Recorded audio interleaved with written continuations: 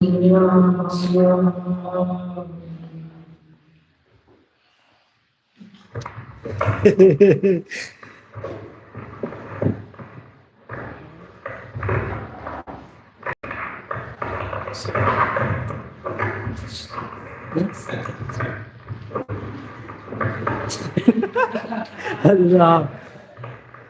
Okay.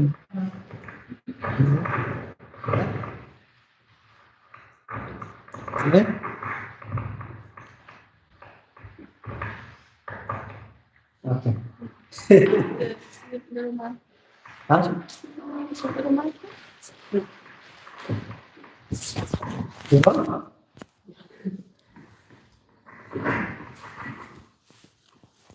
Maybe we can put it here so they can. Yes. Sangye Jada Zoye Janama Janju Bhatana Yabson Age Yebe Sungye Lopan Penje Sangye Doha Sangye Jada Zoye Janama Chanju Bhatana Yabson Dage Deso Yebe Sana Ola Denje Sangye Lopan Sangye Jada Zoye Janama Chanju Daye Zezo Yebe Zonam Ye Nuna Benje Sangye Sho.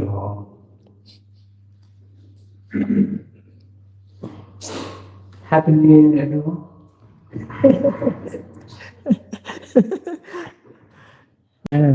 Okay.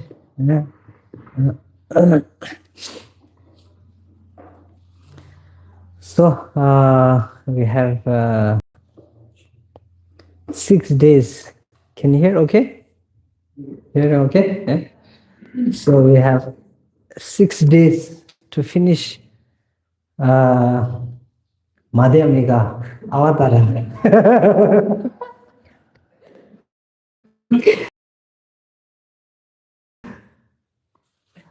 So Madhyamaka Avatara, such an amazing teaching given by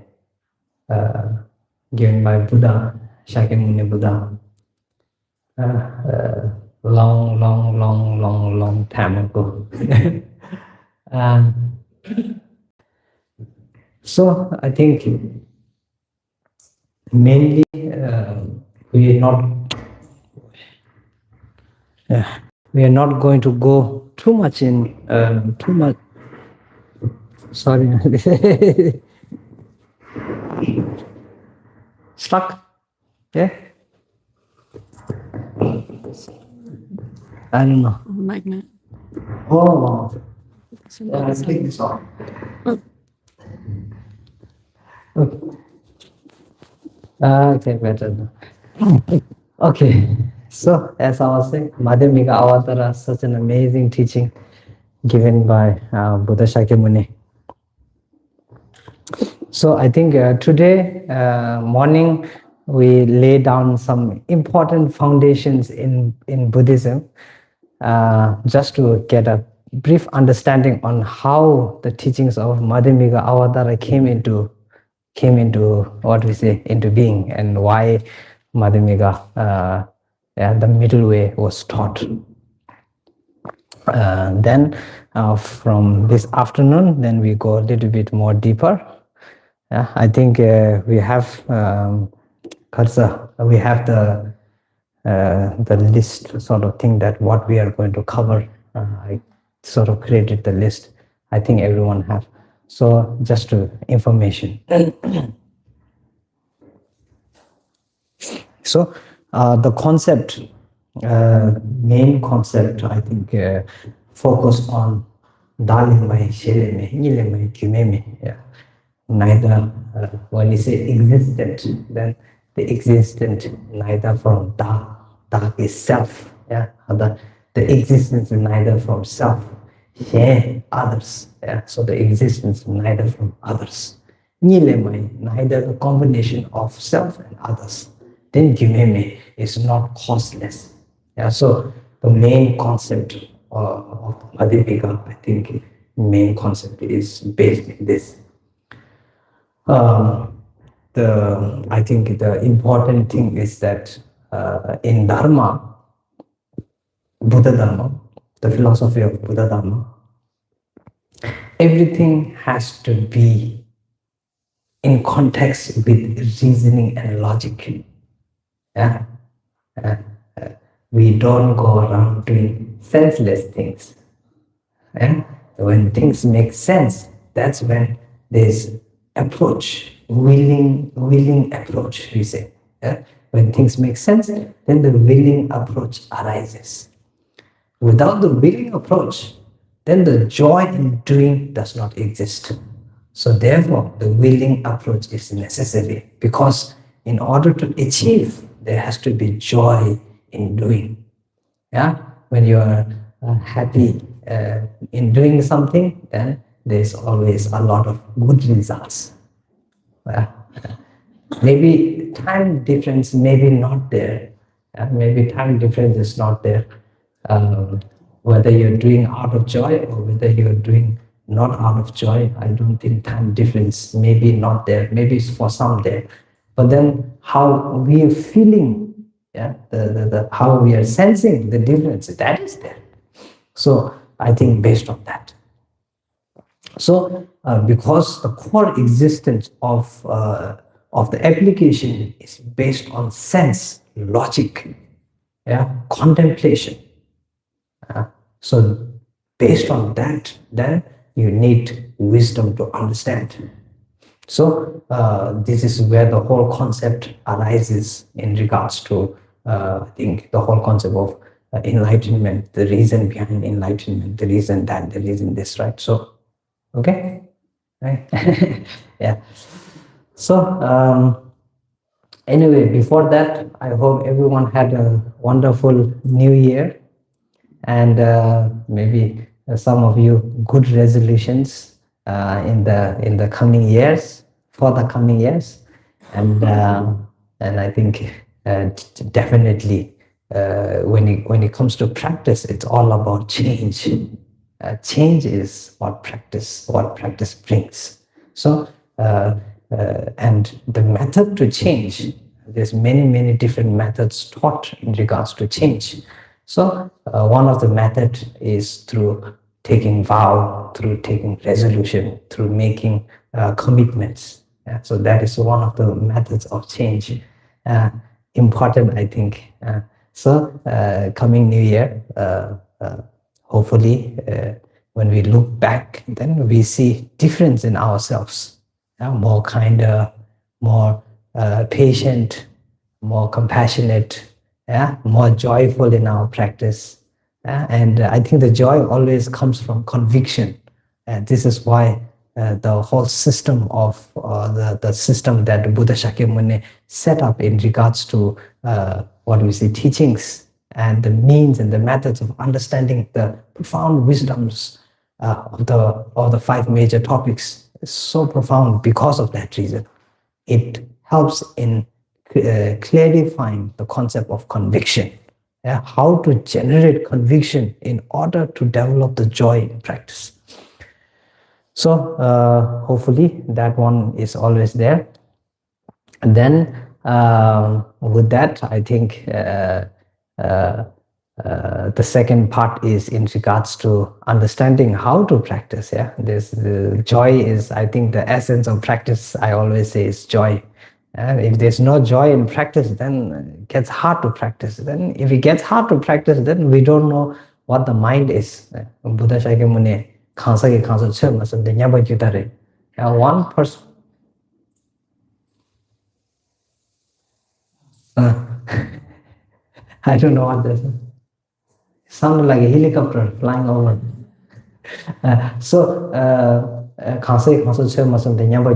One person cannot judge the other person just by looking. The mind is a completely different thing, formless, as we say. In the categories of existence. What do we say? Then comes form and formless. The mind in what is permanence and impermanence. Then within impermanence, then comes form and formless.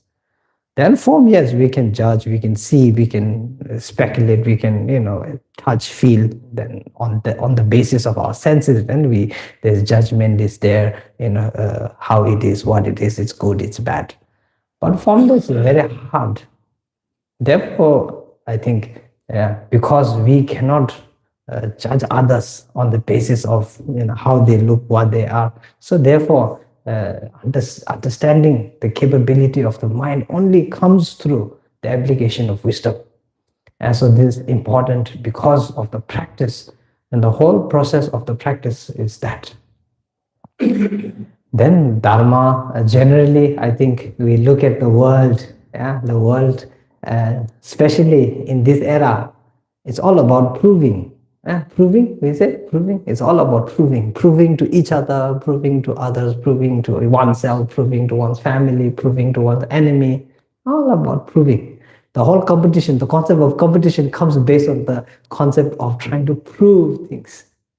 And then the most important part to prove is the self, the I, the me, the mind.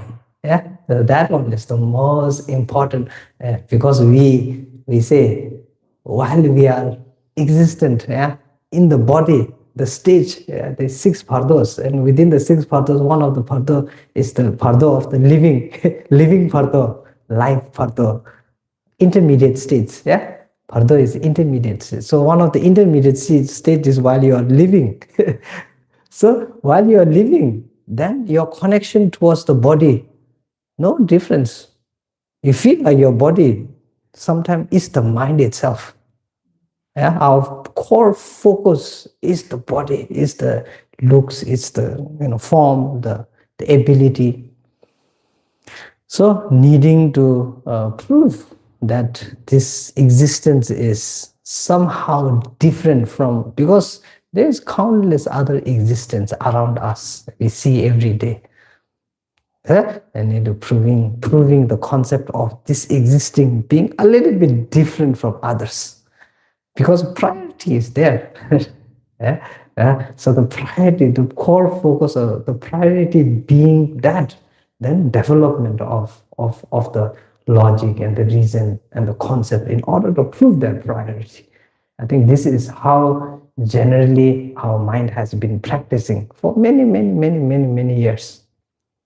This one also comes back to the concept of karma and how the concept of the continuity of the mind is explored, so on and so forth. So I think these are important aspects that we will try to go through maybe 1-2 days, and then after that we go fully into Madhyamaka through that. Madhyamaka consists of many chapters, but the main importance within the Madhyamaka is understanding the I, the self. Because the concept of the view of emptiness, I don't think there's any other usage of the view of emptiness other than targeting the grasping concept of the I. So practice, people say, oh yeah, practice emptiness. You say, why? Why practice emptiness? What is the point of practicing the view of emptiness? You need a reason, right? You sit there, oh, empty, nothing exists from its own side. What's the point of that? When I feel things, when I see things, touch, tactile, I can see the existence so solid. And the only reason I'm feeling warm is because I have a warm coat. I can feel it. The existence is concrete there. So what am I trying to prove when I'm bringing out the concept that this is merely labeled, that it does not exist from its own side? What am I trying to prove with that? So the fear is nihilism. This is why the importance of establishing that it's a view is very important in the context. Tongyi ki tawa. In the Tibetan context, we say Tongyi ki tawa. Tongbanyi is emptiness. Tawa is view. So it's merely a view. Emptiness itself, the view of emptiness itself is merely a view. So we need to understand why that view is important to apply that view. without any reason, just sitting there applying the view, this is very dangerous. Then creates what we say, what do you call illusions within our mind in how we perceive things. That's dangerous. Yeah, you have illusions coming up all the place, everywhere. It's dangerous. So be very careful with that, so that these things do not arise. Yeah, because of the what we say a misunderstanding.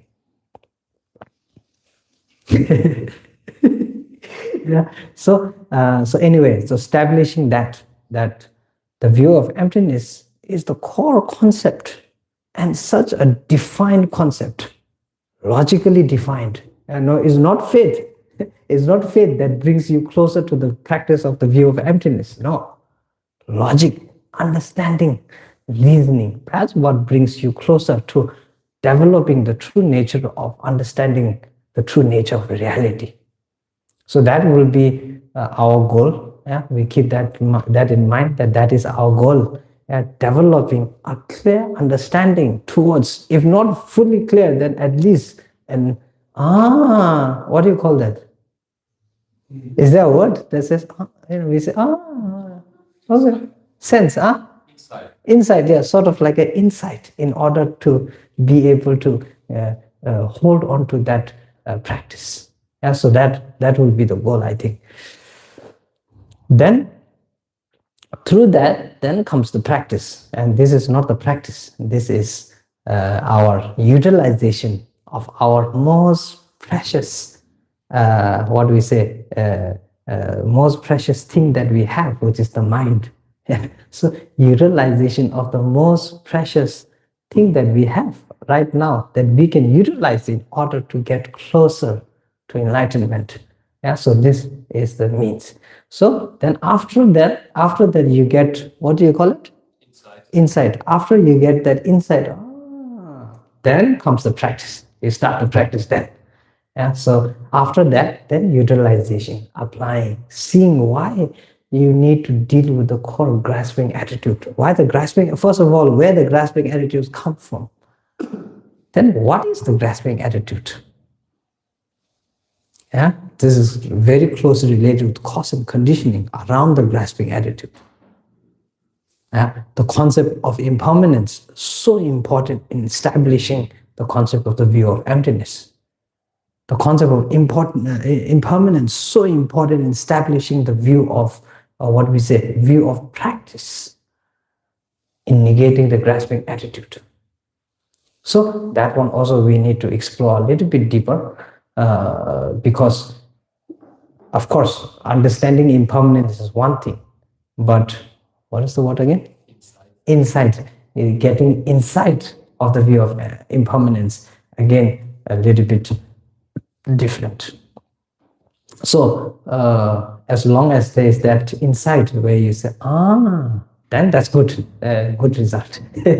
So this is the goal, I think. Yeah?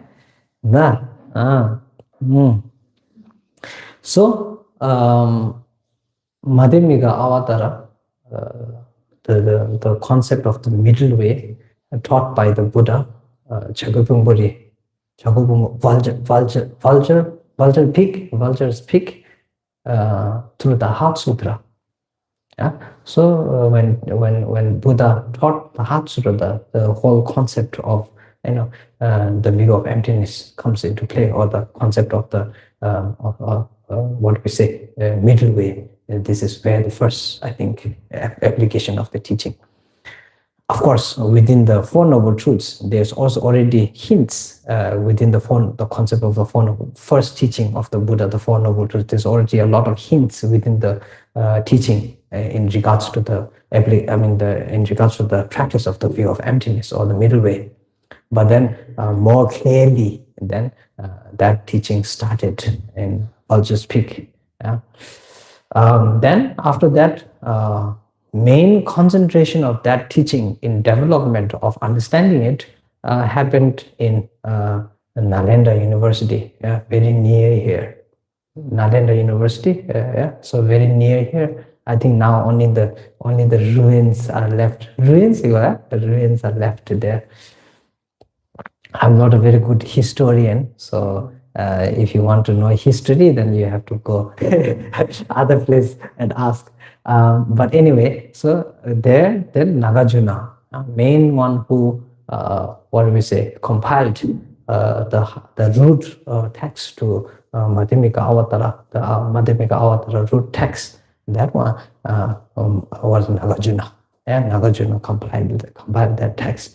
And through that, then slowly, exploration of the text went deeper and deeper and deeper and deeper. And then now within all different sectors of the Vajrayana, including Geluk, Nyima, Sakya, and Kagyu. I think also within the Burn tradition, also there is the concept is now being applied in regards to the understanding of the view of emptiness. But anyway, that is where the whole establishment comes.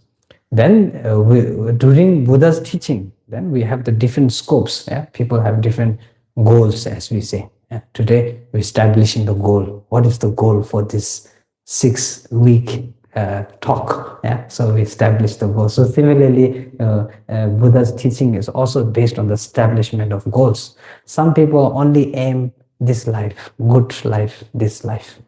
I don't care about next life. I don't care about enlightenment. Just this life. I want a peaceful life. This life. Yeah. So there's a small scope. Then I don't care enlightenment. But next life, I want to have a good life. Next life. Yeah. So then comes the middle scope. Then higher scope. Oh yeah, liberation. I can't just think. What we say? Hand to mouth. Paycheck to paycheck. I cannot live paycheck to paycheck. So I need full liberation. So then that's where the the concept of Mahayana, practice of the Mahayana come into place. Of course, there is a lot of now a little bit of a little bit unease in trying to explain this concept, because then of course just as important as the Mahayana concept, the Theravadan concept also extremely important. And that doesn't mean, oh, Theravada useless, Mahayana so amazing. It's not like that. Yeah? It's on balance. Everything runs on balance. Middle way, as we say. Yeah. I associate, during my studies in Sera, I always associated the concept of the middle way with balance. I always say, we existing on this earth, and one of the most important reasons we are existing on this earth is because of balance. Yeah. Then when chaos erupts around the world, it's because of imbalance, disbalance. What do you call it? Imbalance? Yeah. So because of imbalance, then chaos erupts, and problems start to happen because of the imbalance. So being able to balance is the core concept, within Madhyamaka also. Within the Madhyamaka practice itself, then we have the the two extremes, as they call it.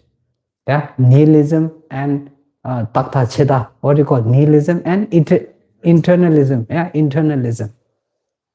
So not to go on the two extremes, to come in the middle. This is the middle way, balance. So I associate with that.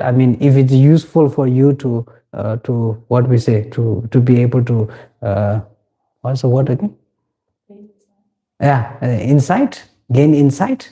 Then you also use that Madhyamaka is all about balance.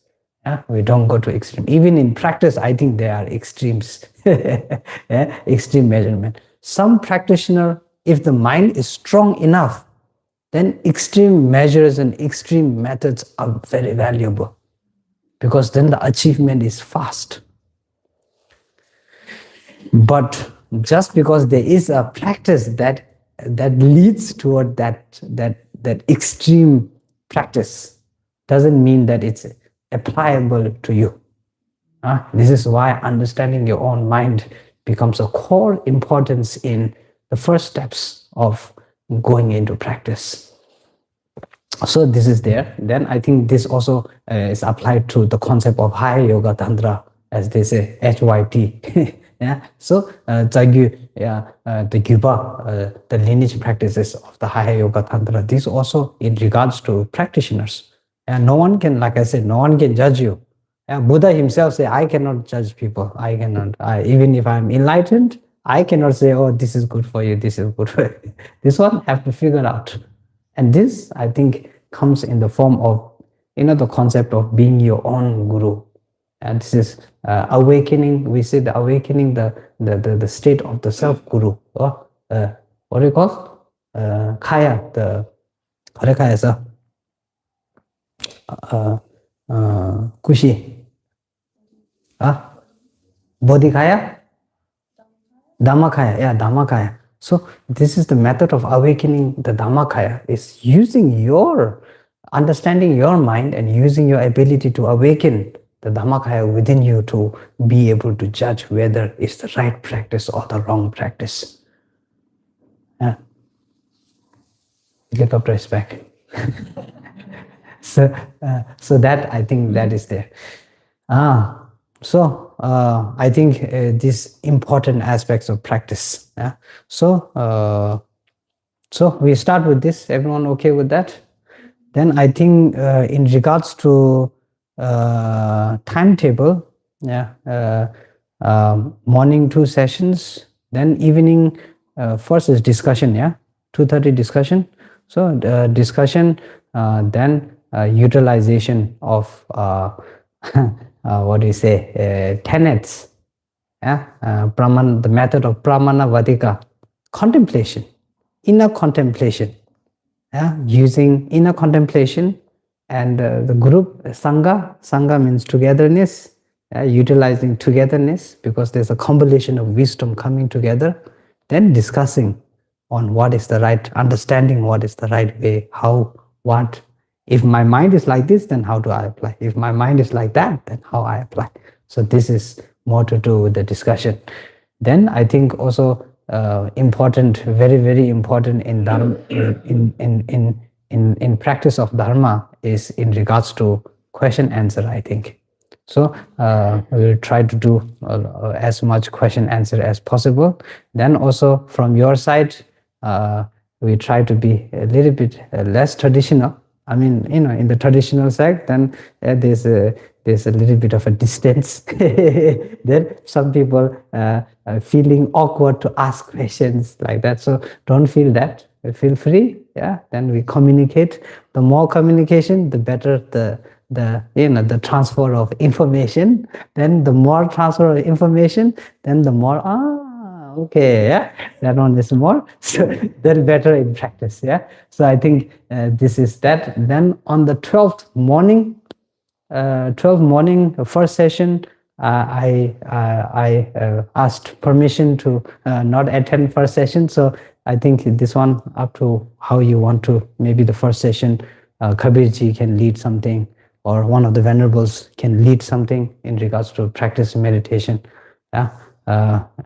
So that one we can discuss later on. Then last day, have you any plan for the last day? You said pilgrimage, something. Okay. So that one we figure out as we go. Yeah. If there's a lot of questions still, then we can do another session. If not, then I think we can do Kora at the Bodhi, Mahabodhi temple, and like that. Okay, so this is a learning session. Relax. No need to be too what is it? Stiff. No need to be stiff. Relax. We enjoy. Okay. So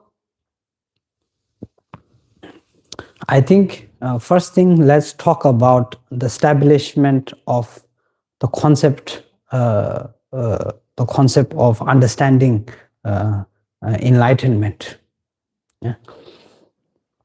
There's 2 reasons why enlightenment is presented at the beginning of the teachings in the text, in the scriptures. Gawa, one reason is gawa. Gawa is what? Joy. If I put what do you say? If I say, okay, if you pass, then I give you, I don't know, I give you something very, very precious. Then there's joy. Yeah, there's a joy in participation. Yeah, so enlightenment, one of the reasons why enlightenment first taught is because of joy. Then the second reason enlightenment is taught at the beginning is to understand what enlightenment is. Yeah? We need to know what we are working towards. If you don't know what you're working towards, then what's the point of working towards it? So enlightenment, establishing the concept of enlightenment, I think very, very important. There are means, there are methods, there are explanations within the concept of enlightenment, in regards to what we say, in regards to qualities of the enlightened mind. Yes, the four kayas are all qualities in regards to the enlightened mind. But besides that, the whole concept of enlightenment, I think, on a general level, has to do with our own existence. Understanding reality has to do with the concept of Madhyamaka, view of emptiness. This is in order to understand reality. So through understanding of reality, the development of understanding based on the reality, the development of understanding that this reality is not a reality that is, what do we say, that consists of the things that we look forward to. Generally, you look at your mind, you see very clearly what you want. I want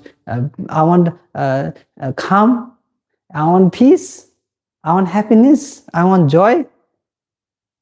These are the general, our mind.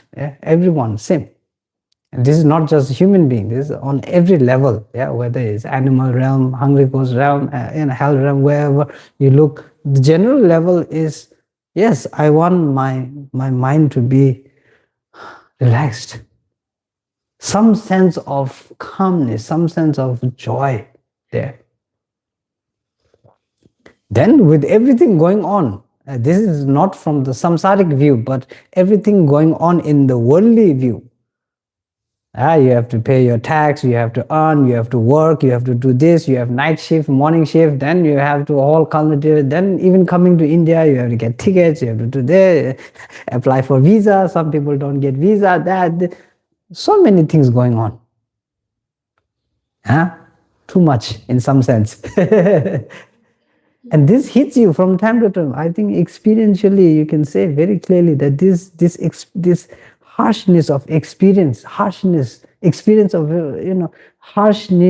what we say, continuous harshness experiences coming over unfortunate events, as we say, right? Continuous unfortunate events popping up over and over, that tires our mind down. Some call it spirit, tires our spirit down, and also energy, tires our energy down.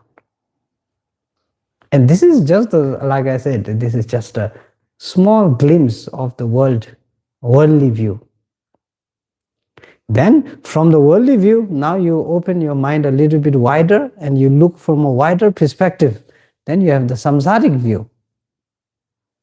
Samsaric view is constant to do with renunciation, the practice of renunciation. Without understanding samsara, renunciation very, very hard. The practice of renunciation very, very hard. Now, I always like to make very clear that the practice of renunciation is not about selling your car, giving your house away, giving everything away, going into a secluded cave and sitting there for the rest of your life. This is, it can be a way of renunciation, but this is not true. This is not renunciation. Duje Koa Chempungbo, my teacher always repeat the same word. Madhyamaka Rinpoche now passed away recently. Such an amazing teacher. I learned everything under him. He's my philosophical teacher in Sera, and recently passed away. But anyway, Genla always Duje Koa Chempungbo, Duje Koa Chempungbo, Duje Koa, every time. And Duje, impermanence, impermanence, you say? Duje, compounded, compounded compounded phenomena, yeah, compounded phenomena, duje kowa, samsara, yeah, duje kowa, anpungbo, the body, the samsaric body. These three things is renouncing.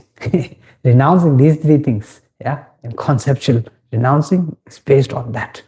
It's everything to do with samsara, the constant, the constant happening over and over and over and over and over again, without feeling like it's without any control. Sickness, same thing. Today you get better, few days later you get sick again, then you get better, then sick again, then better, then sick again, then better, then sick again, then better. Continues. This is samsara. The mind today happy, tomorrow angry, today happy, tomorrow angry, then day after tomorrow happy, angry, happy, angry, happy, angry, happy, angry, happy, angry. Continuity. That's samsara. Then the concept of impermanence, ever changing. I always like to, seems like maybe also true, but I like to joke that one problem of the world right now is we are trying to make everything permanent. Make our face permanent, make our clothes permanent, long lasting, this, build how, everything we try to make permanent. We're trying to imply the view of permanence onto everything. House, trying to make it permanent. We cannot detach ourselves from the concept of permanence. So everything we do. Then now I heard, I don't know whether true or not, now scientists are trying to make blood cells that are made out of plastics. I don't know. So that the body can last longer. At the moment our cell degrades. And again, the concept of permanence, trying to, longer. I don't know, trying to achieve what, but but that is there. So engrossed, so the grasping part of our concept in regards to making things permanent is very, very, very strong. So they're evolving. Understanding reality. This one, we are trying to fight a war that we are never going to win. Basically, we are trying to fight the war with impermanence, trying to make things permanent. We're never going to win that. There is the whole consistent reality of conventional things, not conventional things. What is it? Compounded phenomena. Is that it is important, impermanent. Impermanence is synonyms with cause. Impermanence is synonyms with condition. Impermanence is synonym with action. And impermanence is synonym with continuity. If one of these lack existence, then the whole concept of impermanence gone. If there's no continuity in something, if there's no continuity in this paper, then you cannot define this paper as impermanent. If there's no cause to this paper, then you cannot define it as impermanent. If there's no condition to this paper, you cannot define it as impermanent. If there's no action applicable on this paper, then this paper cannot be impermanent. So as long as one of these is existent, then the other one is existent naturally. So formulating the concept of impermanence is based on understanding that one part of reality when it comes to compounded phenomena is that all of these five are existent within that phenomena. Nothing exists outside of that when it's impermanent. So trying to fight something that the nature of it exists in it, then you cannot. And this is one of the truths. The view of emptiness, ultimate truth, is very different from that. Tongi, the concept, the the merely labeled part, the existence part based on the labeling, that is again no structure of its own. The validation of the existence of that labeling is merely based on the object itself.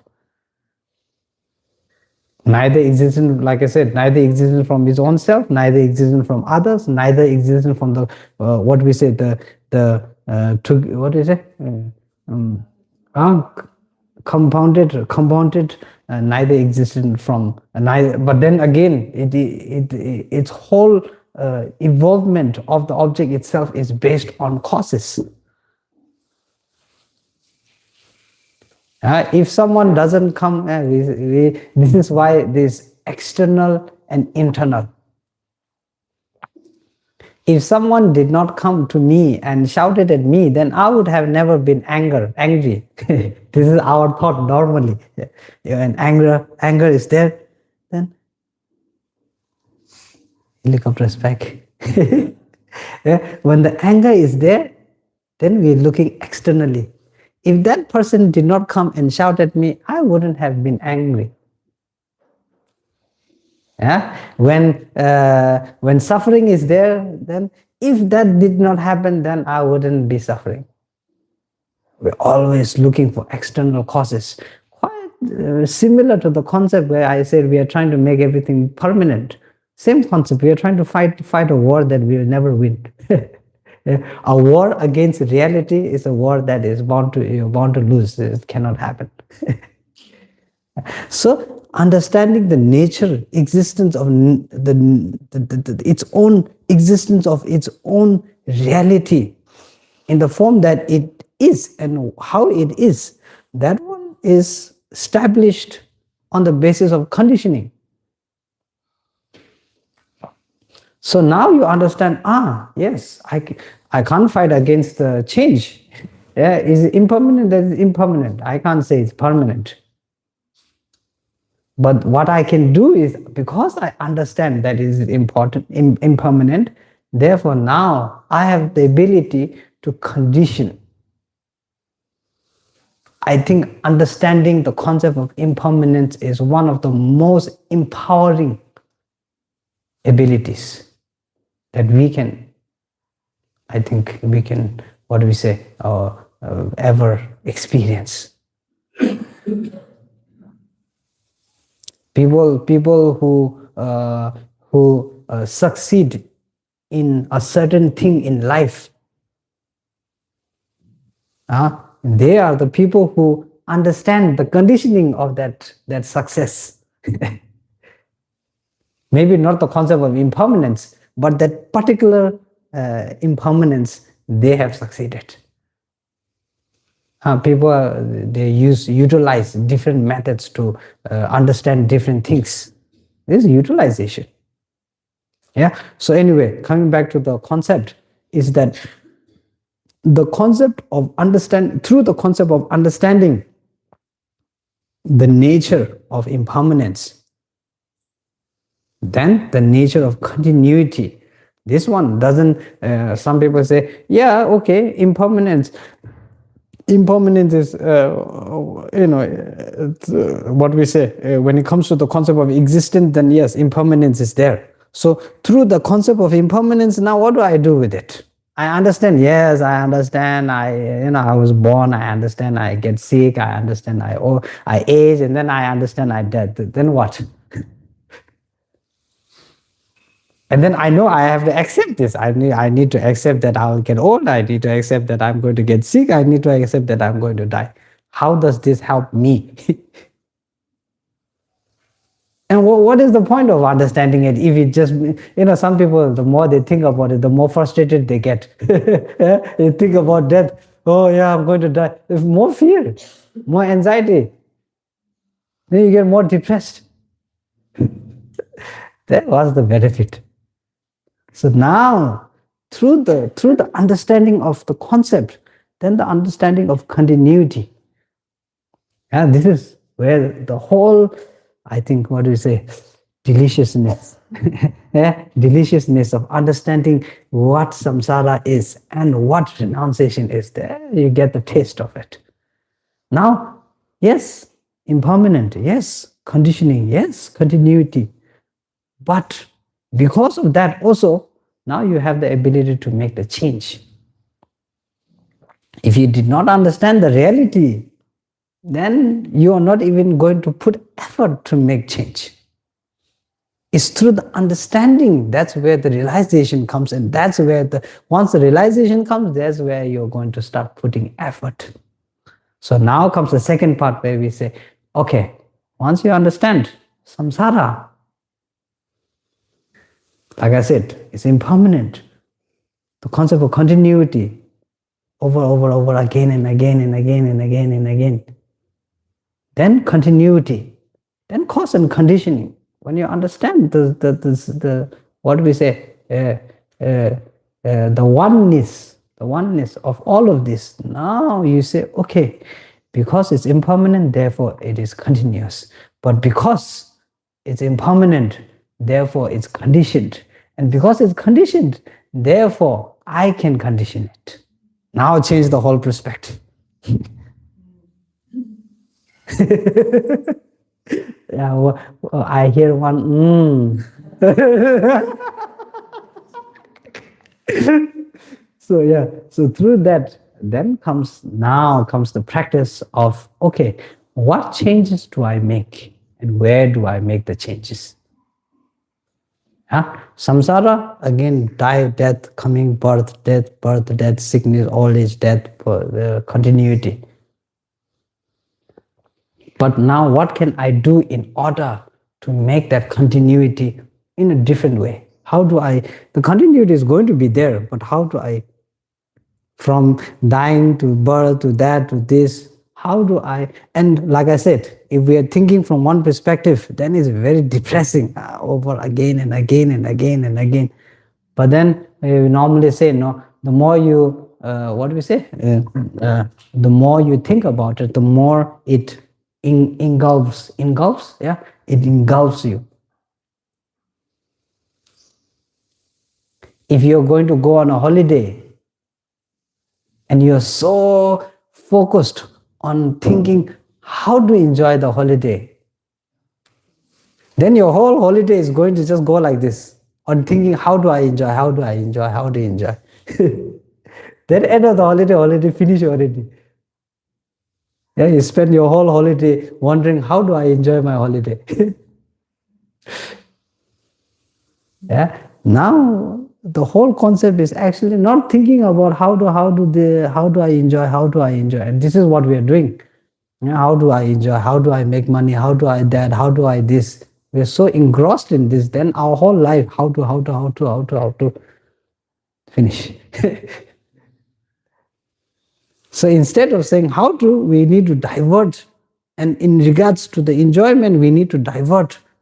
Not that saying you don't need to enjoy. Like I said, joy is the core of practice. Those who joyfully practice develop very fast. And this one, I think, not through my experience. Okay, I have no experience. But when I look at Charok Lama Rinpoche, a lot of you, Rinpoche student, so much joy. Continuous joy is there.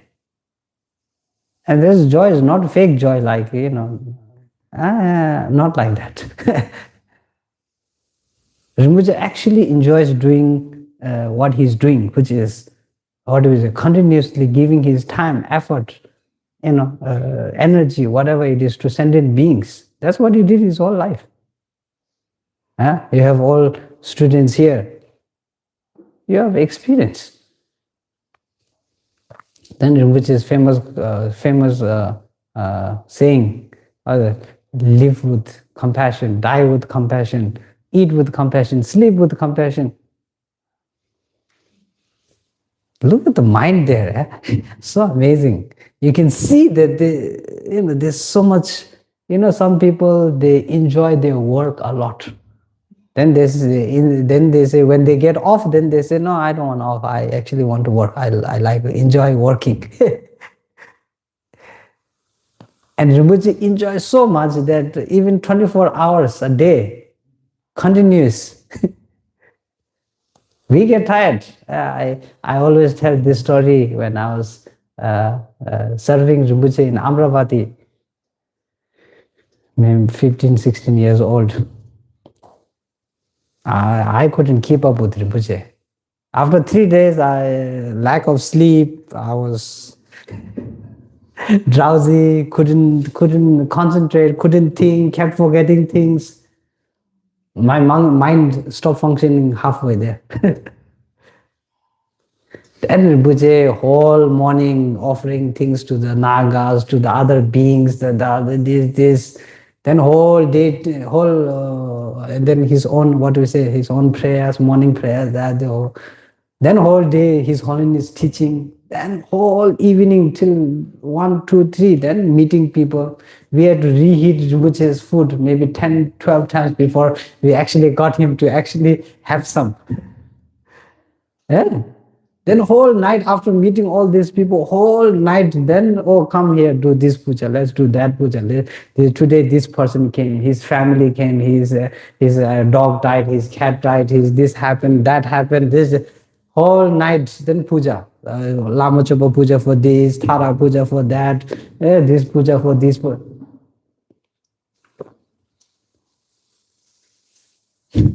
So amazing how the mind works, no? When there's joy, nothing can stop you. So this is I think the amount of joy we need in regards to practice. And this doesn't happen naturally. Yeah, our expectation, we're quite lazy in reality. Our own nature is quite lazy. So our expectation is that things will happen naturally. So slowly. But I don't think this happens naturally. This comes through practice, through understanding, through that. Comes through that. And it's important to develop that, to get that taste of that mindset.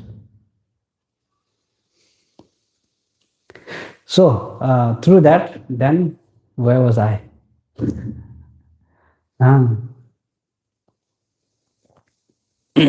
Yeah.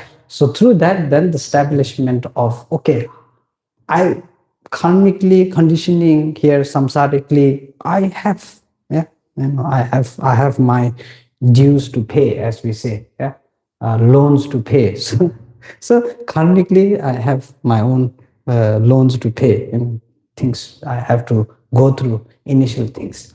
But that does not mean I cannot change it. That's where the concept of karma comes into play. I always say karma is like a Play-Doh in your hand. If you keep it like this, then if I mash it up and give you a Play-Doh in your hand, and if you just hold like this, then it's going to stay like this.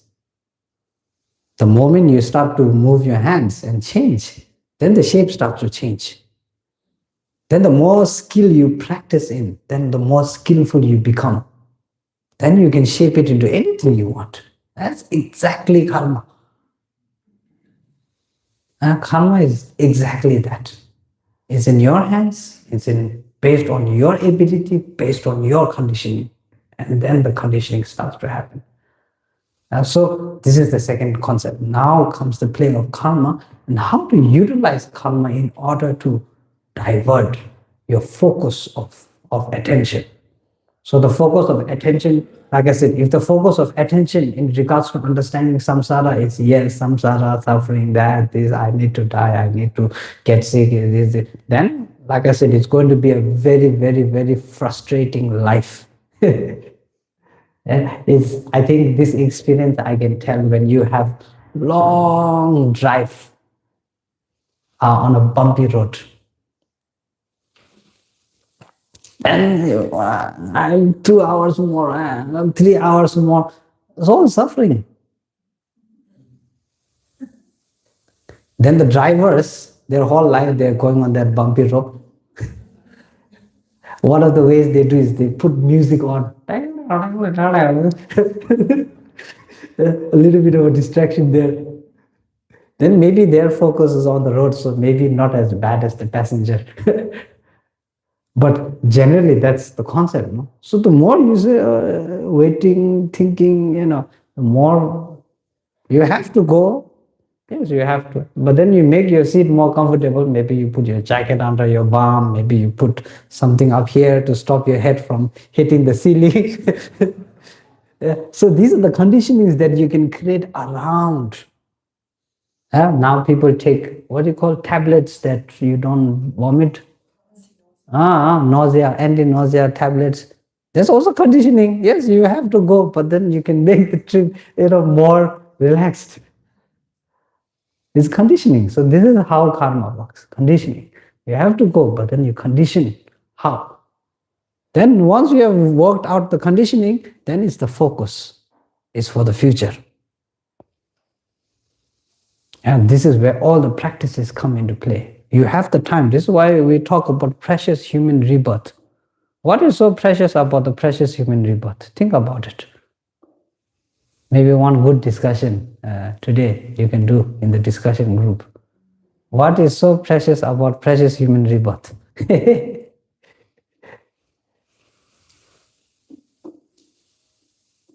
Yeah. So what do we say?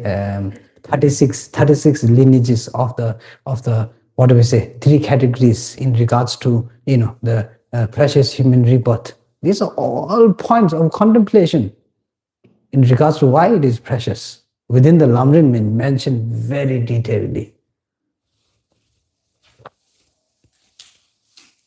And to simplify all, to put everything together, because of impermanence, therefore precious. If you had one hour holiday out of 1 year, imagine how precious that 1 hour would be. Even now, we have a lot of people work like 11 months a year. Then 1 month, very precious. They make all the details, prepare this, who they're going to meet, how they're going to meet, where they're going to go, how they're going to spend the time. So samsara, exact same. When you are there, then you have the ability. So anyway, conclusion of the mind, of the concept of impermanence, and the concept of karma. These 3 things you put together, then you start to see the preciousness of human rebirth. Yeah, your ability. Most Charok Lama Rinpoche used to say, if we don't do for the animals, then who's going to do for the animals? Rinpoche, I remember when we come to Bodh Gaya, then always buying the parrot, this, the that, the goat, everything. Then then goes to Rinpoche room. Rinpoche room has this what do we say? This mountain of all these precious things. And, yeah. So if we don't do it, then who's going to do for them? They don't have the intellectual capacity to understand and do these things for themselves. So this, I think, again, already shows that the ability in the precious human rebirth is quite high in regards to our own, freedom. And it's not just freedom as in human freedom, but freedom as in not being emotionally, one-sided. And you look at many realms, then the emotions are very one-sided. You look at the hell realm, there's suffering. It's like burning all the time.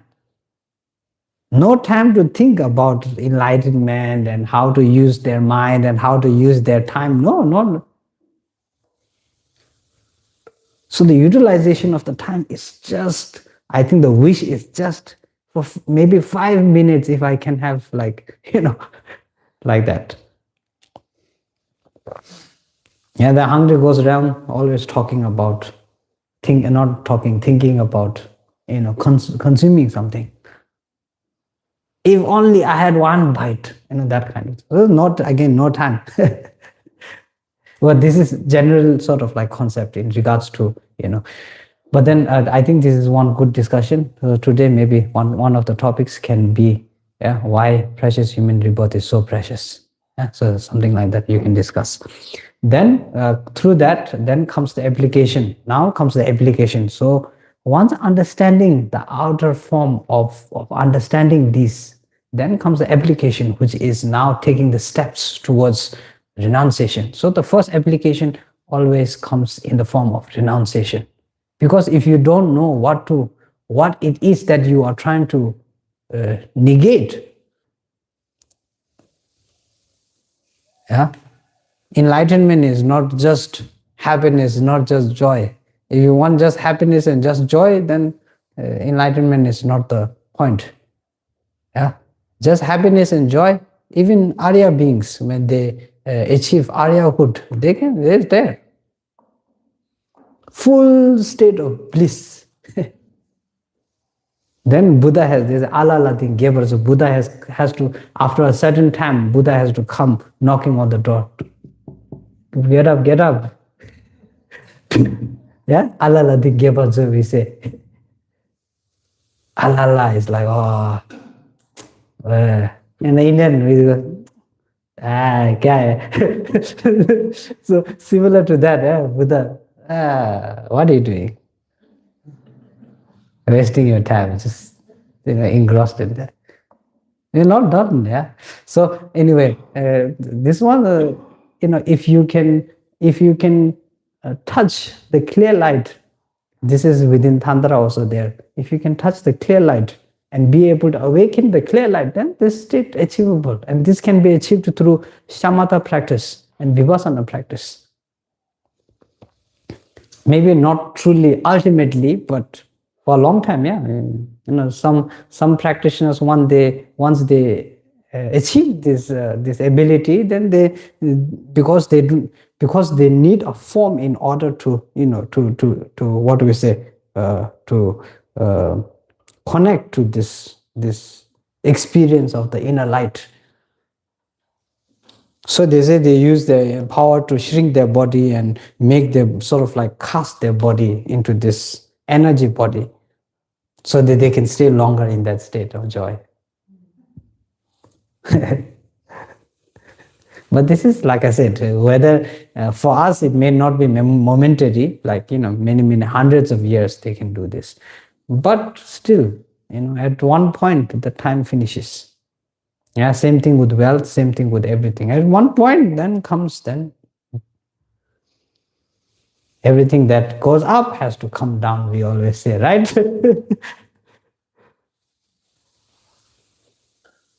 So that is there. What was I talking about?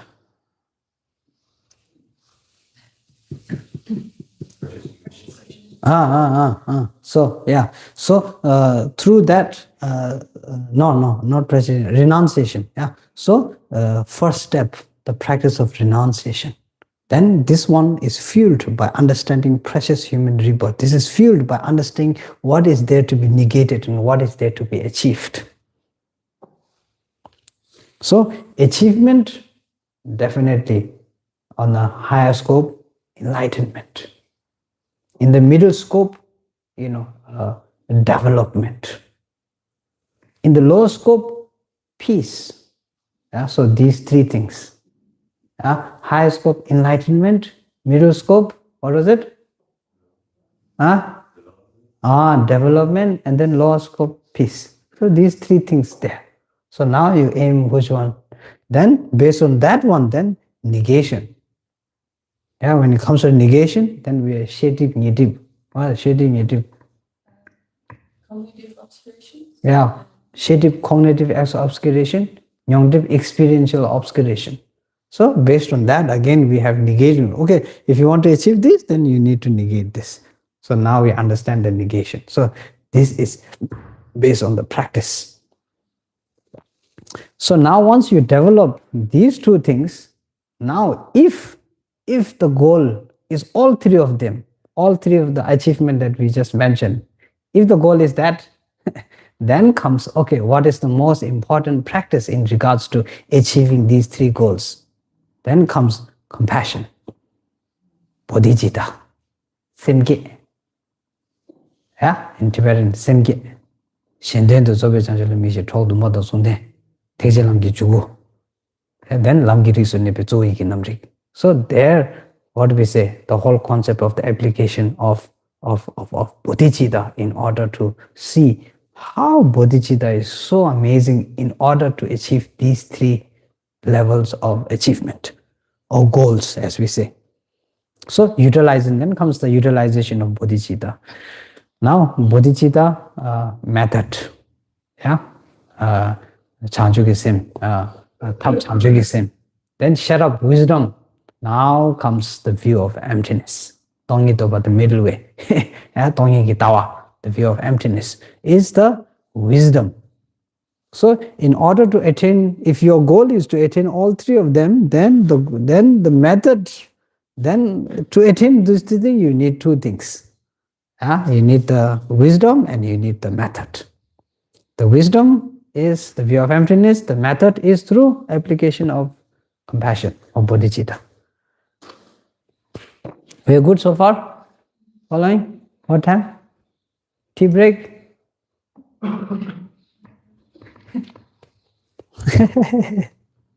We need our tea.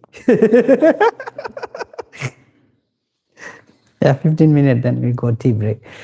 So, anyway, today I think a little bit over here and there, but I'm just giving you sort of like a rough understanding of how the view of emptiness, the whole concept of view of emptiness, and why the whole concept of view of emptiness comes into existence in our practice. Yeah. So through that, then, like I said, based on the goal and the negation, then comes, okay, how to negate and how to achieve. Yeah. To negate, you need wisdom and method, and to achieve, you need wisdom and method. Now, the wisdom, like I said, the method. First, talk about the method, which is compassion. Now, within compassion, the first word in the definition of the Sengye or the great compassion is Shendendu. Yeah, Shendendu. So it's not the first word is not what do we say? Not like we need to do that. I need to achieve that. It's not that. First goal is also not enlightenment. The first word is also not enlightenment. First word is Shendendu, which means for the sake of others. Rinpoche loves this word. If you're a student Rinpoche, you hear Rinpoche always say for the sake of others, for the sake of others, for the sake of others. So the method, now you understand the method is for the sake of other. And the reasoning behind how do you reach the concept of for the sake of others, as I think is quite logical. It's not an illogical method. It's very logical. And this has to do with our own self-experience, I think. We are now is turning into attention seeking. Yeah? Now slowly world is turning into attention seeking. But I think earlier it was not attention seeking, it was emotional seeking. And now I think because of what we call social media and all of this, now the emotion has sort of like, you cannot judge the emotion, the emotion all over the place. So, so now it's like, okay, forget about it. As long as the attention is there, it's good enough. But in the earlier days, I don't think that was the case. Yeah, the case was actually emotional seeking. And this one, His Holiness always mentions. Nature of human is emotions. Especially in regards to, what do we say, good emotions, positive emotions. Especially in regards to love, compassion, regardance. So all of the, if I say the 10 parameters, all of the 10 parameters, when it comes to application of the practice, all of the 10 parameters are basically, what do we say, are sort of like the fingers. The 10 parameters are the fingers of the hand, basically. The hand being compassionate, and the 10 paramitas are like the fingers. Basically, that's how it works. Generosity works through compassion. Patience works through compassion. Joyful effort works through compassion. Everything at the end of the day, comes down to the concept of compassion. So within the, what do we say? Paramita, what did they say? English translation? Connection, perfection, yeah. So when it comes to the perfections, you actually start to see that the perfections, utilization of the perfection is dependent on the compassionate level, on the level of the skillfulness of the application of compassion. That's where the development of the perfections relies on. The less compassionate, the less ability to develop the perfections. That is very clear. Yeah. So anyway, based on that, then development of the compassion, Shententu, the concept of Shententu is very, very indebted with our, like I said, we are emotionally connecting. Yeah. I always say we are born through love, we exist through love, then we die. At the end of the day, when we die, we fear losing the love. This is sort of like the sum up of our experience in regards to, emotional, what do we say? Attention. Yeah. So, born, that's one aspect of love. Yeah. Being born is the one aspect of love.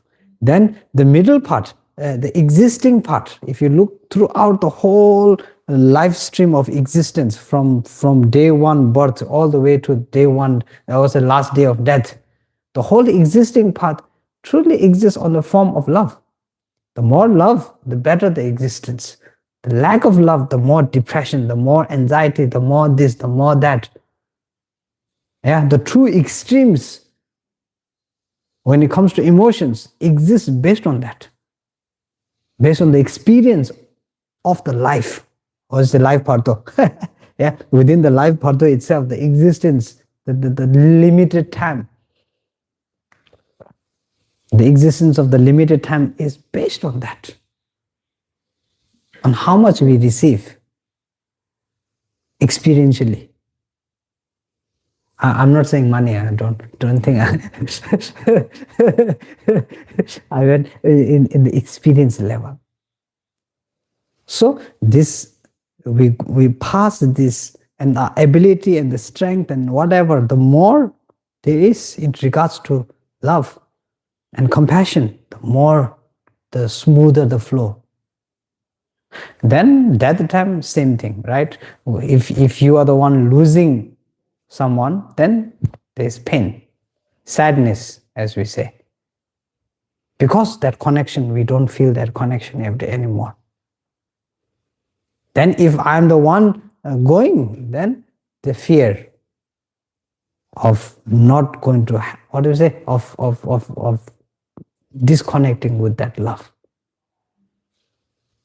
And that love doesn't have to be just human beings. I mean, now when we talk about compassion, of course, human beings, but that love also comes in the form of wealth and all of that. You work your whole life building up wealth. Then at the end of the day, even when there's no one in the side of your bed, then you fear because your love is the wealth that you built up, and now you're going to disconnect with it. No? So that experience is also there. The nature of mind is very, very, very, very, it's amazing in one side, but from one side, so many different, what do you call,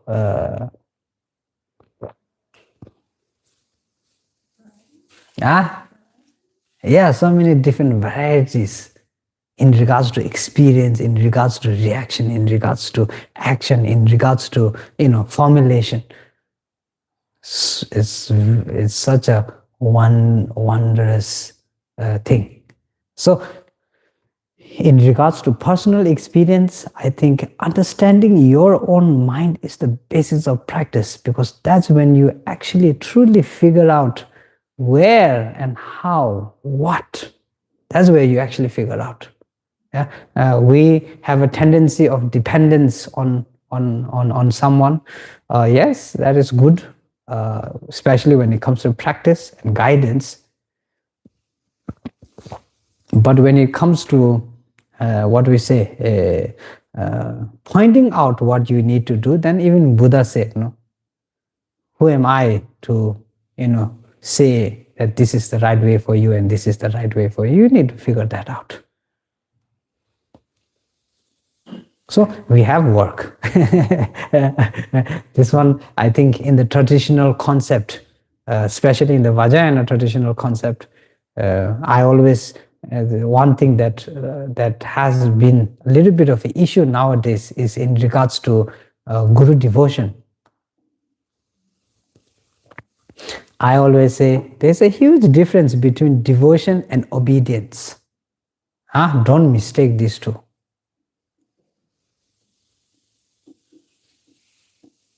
Rendawa. Understanding English, the difference between guru devotion and? No. I said within devotion, guru devotion, the practice of guru devotion, there is a difference between devotion and obedience. This word I don't know in English. Can you describe it? Obedience. Okay. I got it. Thank you. Yes. So there's a difference there.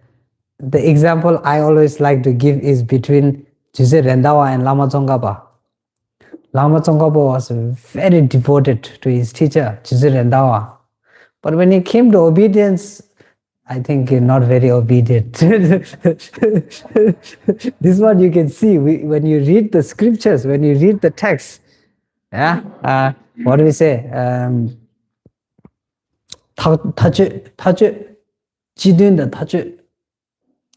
Tajo is like no. Jidun is like general meaning, and tajo is like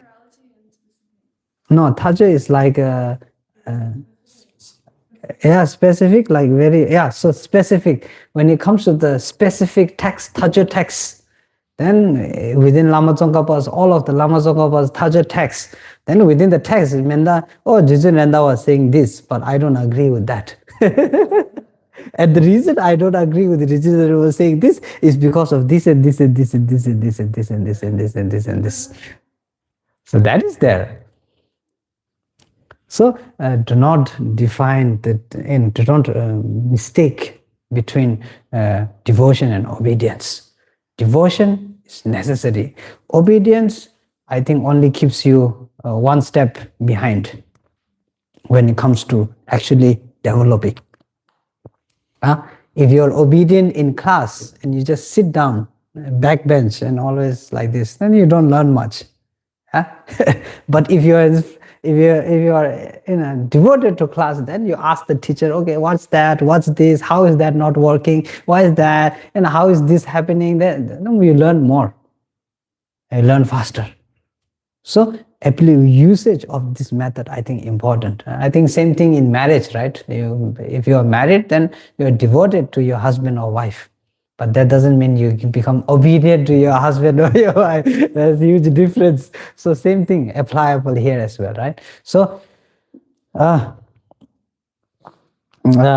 was I talking about?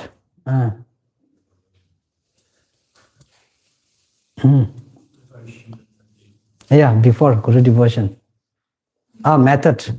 Yeah, so through this practice, I think the utilization of your ability to perceive, conceive, understand, utilize your perspective, your views, and utilize the means and methods to develop those perspectives and those views.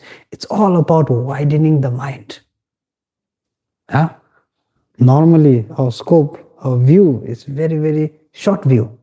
We see until where we see. We experience only the surrounding we are in. Then with the limited experience and limited limited seeing, Then we like to judge. Oh yeah, this is that.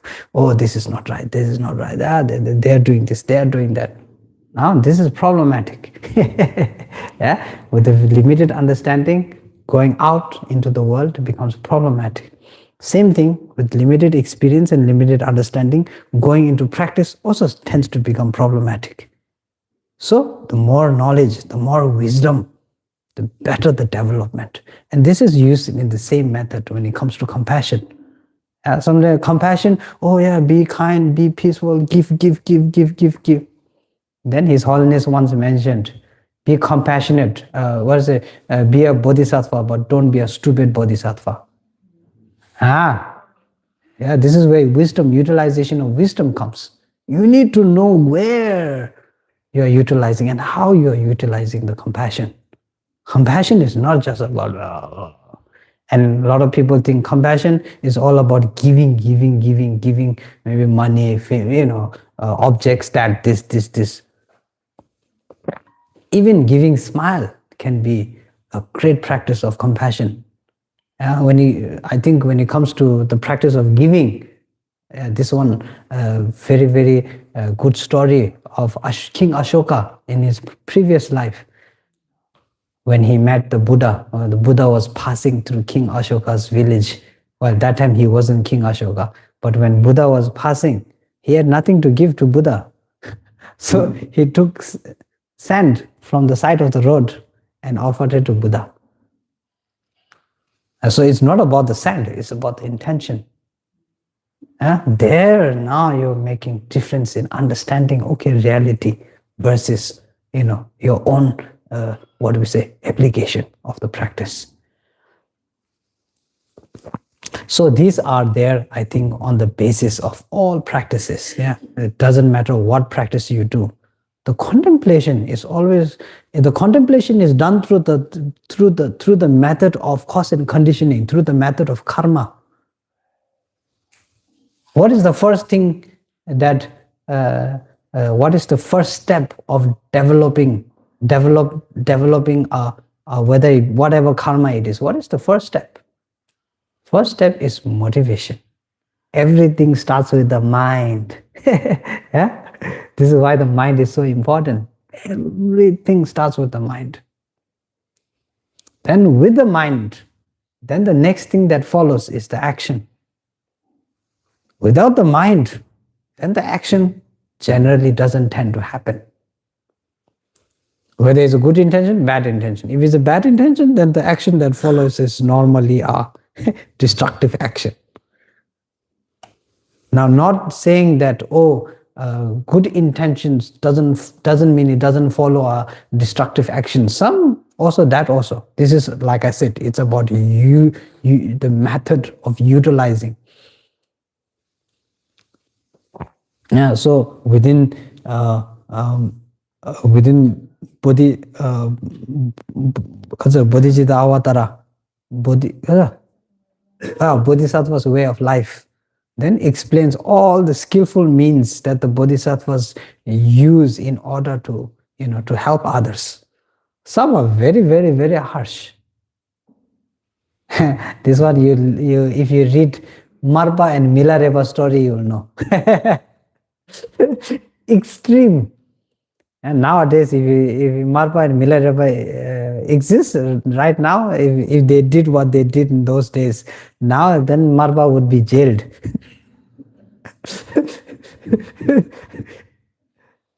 Yeah. Harsh, truly. Like no heart. If someone looks from different perspective, this guy has no heart at all. How can he bear to do these things like that? But this is utilization. Milarepa was strong enough to handle, then use harsh methods.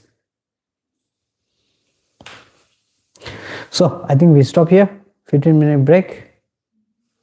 15-minute, 10-minute. Yeah, okay. 10:30.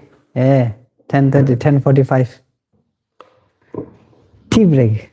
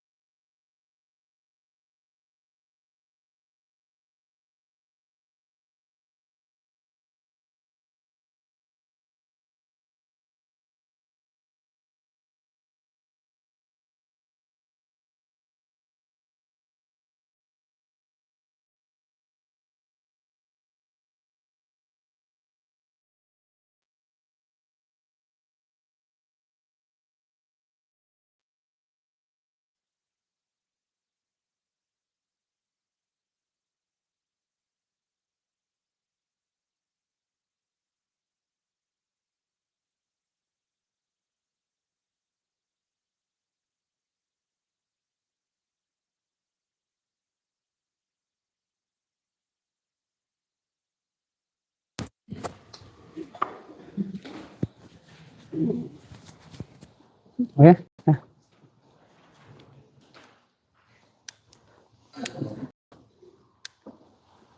Yeah. Okay.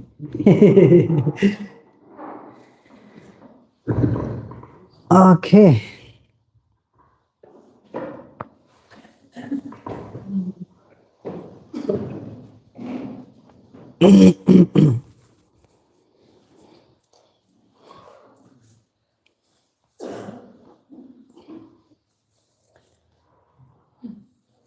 Yes?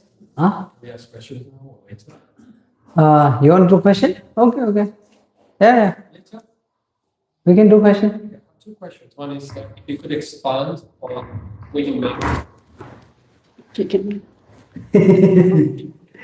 Could you expand on what you explained earlier on about expanding the mind? What you mean about that expanding the mind? Like we through practice where you say about all beings, and that is like trying to Yes. expand our awareness of other beings. And Yes. I don't know if that relates to expanding the mind. Okay. But I would like if you could expand on that. That would be very helpful. Okay. And the second one, if you could also expand on how to purify your intention and how to know that your intention is getting more pure or better. Okay. Yeah. So.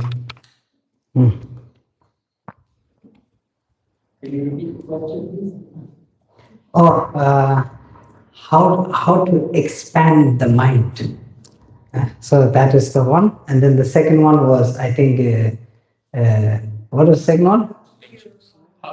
How to purify your intention. Intention. Yeah. So how to purify the intention in regards to practice. Okay. Yeah, I was thinking to talk about the mind. Anyway, so yeah.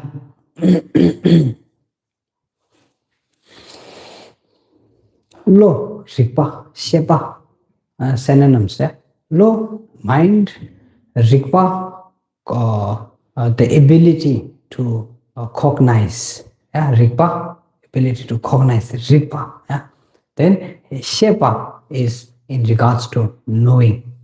Yeah. So this sort of like synonyms. I think when you are doing meditation practice, it's good to explore the mind, and not from first person or second person, but from third person perspective. Look at the mind inwardly. No judgment, no emotion, no feelings arising, nothing. Just looking at the mind from like looking from the external bit. The reason, like I said, the mind is your best, what do you say,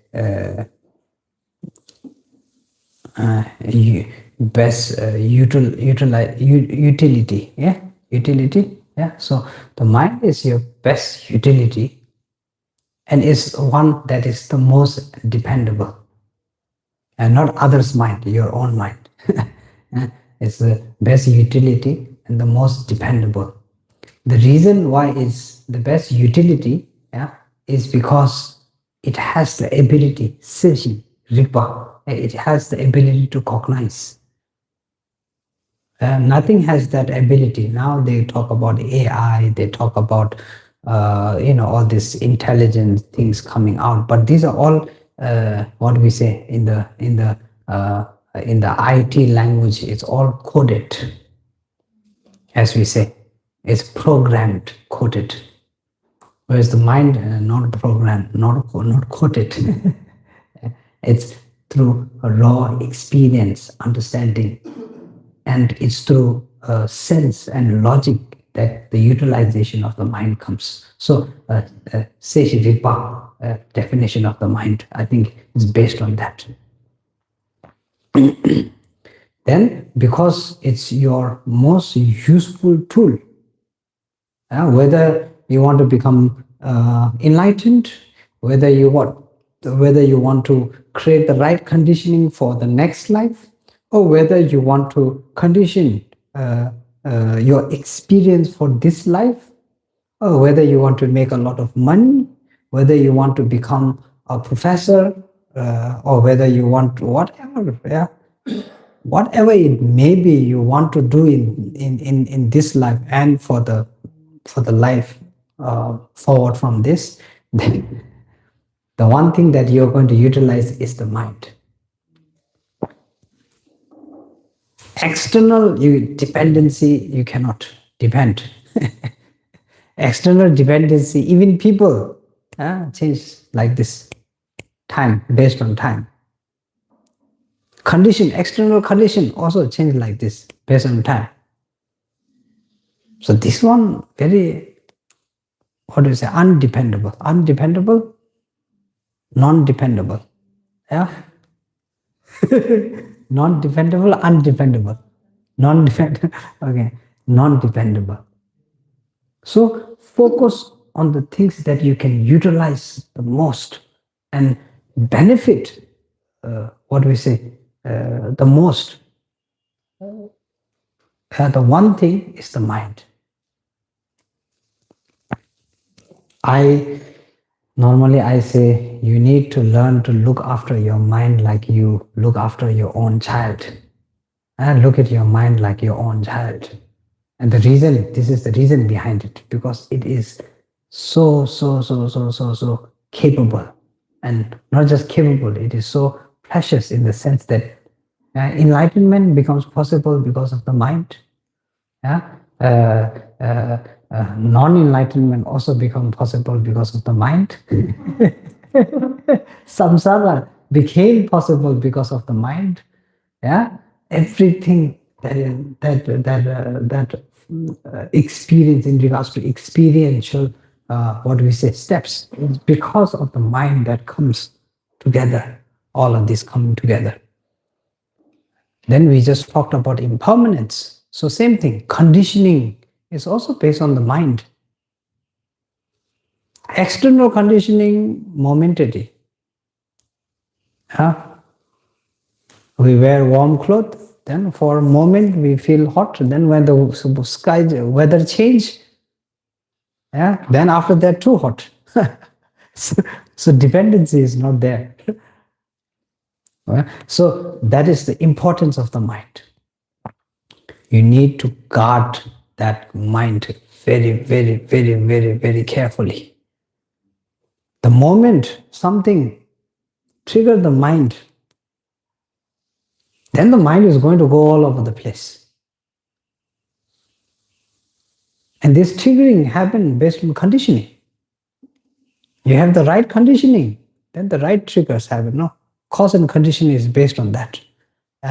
We very easily think, oh yeah, if you put a seed down, then the tree grows. Easy to say. But the reality of the growth is not just dependent on the seed. The right soil needs to be there. The right amount of water needs to be there. The right conditioning, external conditioning. There's countless external conditions that need to be right. It's just that normally the conditionings are quite right. But then our logic sense, we are able to define where the conditions are right or not. This is logic.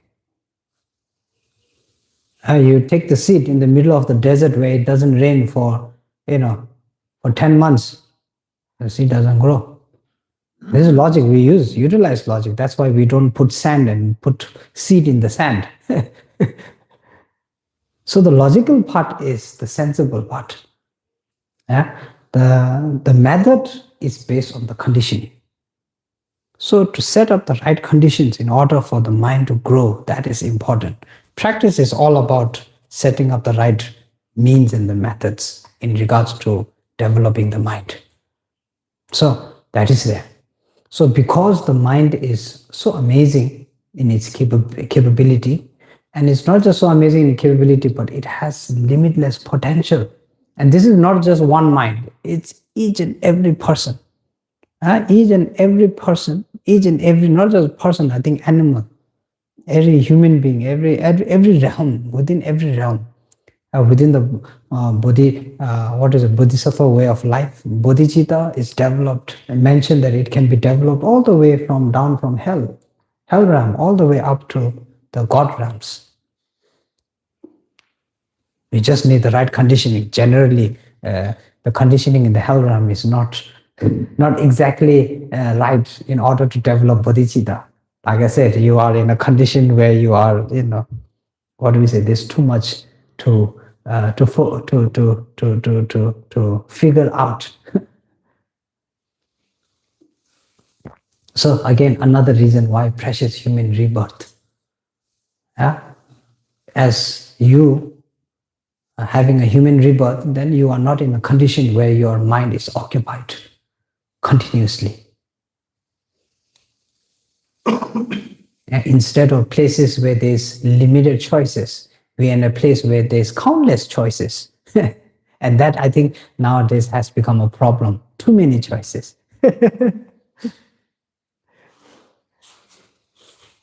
Yeah. Do I wear this? Do I wear that? Yeah. Then if you need to go to party, then you wear one thing. Then if you need to go to meeting, you wear another thing. Then if you're going to the beach, you wear something different. Most of the traditional people, if you go maybe the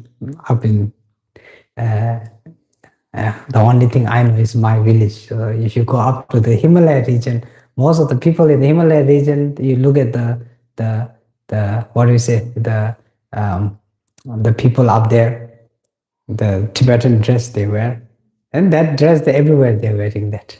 When they're going Kora, they're wearing that. When they're in party, they're wearing that. When they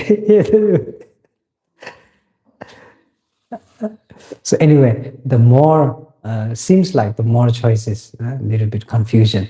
But generally speaking, the more choices also represent more freedom. And this is the amount of freedom that we have right now in the precious human realm.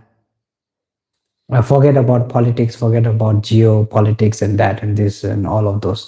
These are external conditionings that need a lot of working on. But aside that, if you look on a personal level, then you start to see the conditions are very, very, very right.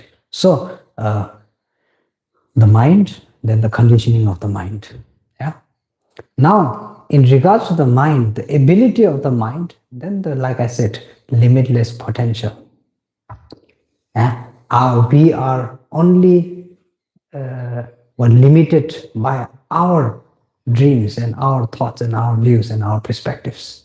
That's where the limit comes from. It doesn't come from others. We think we are influenced by external things. And we are, yes, I don't deny that. But that influence is also an acceptance that comes from your side also. The more you accept that influence, the more the influence is going to, cover you.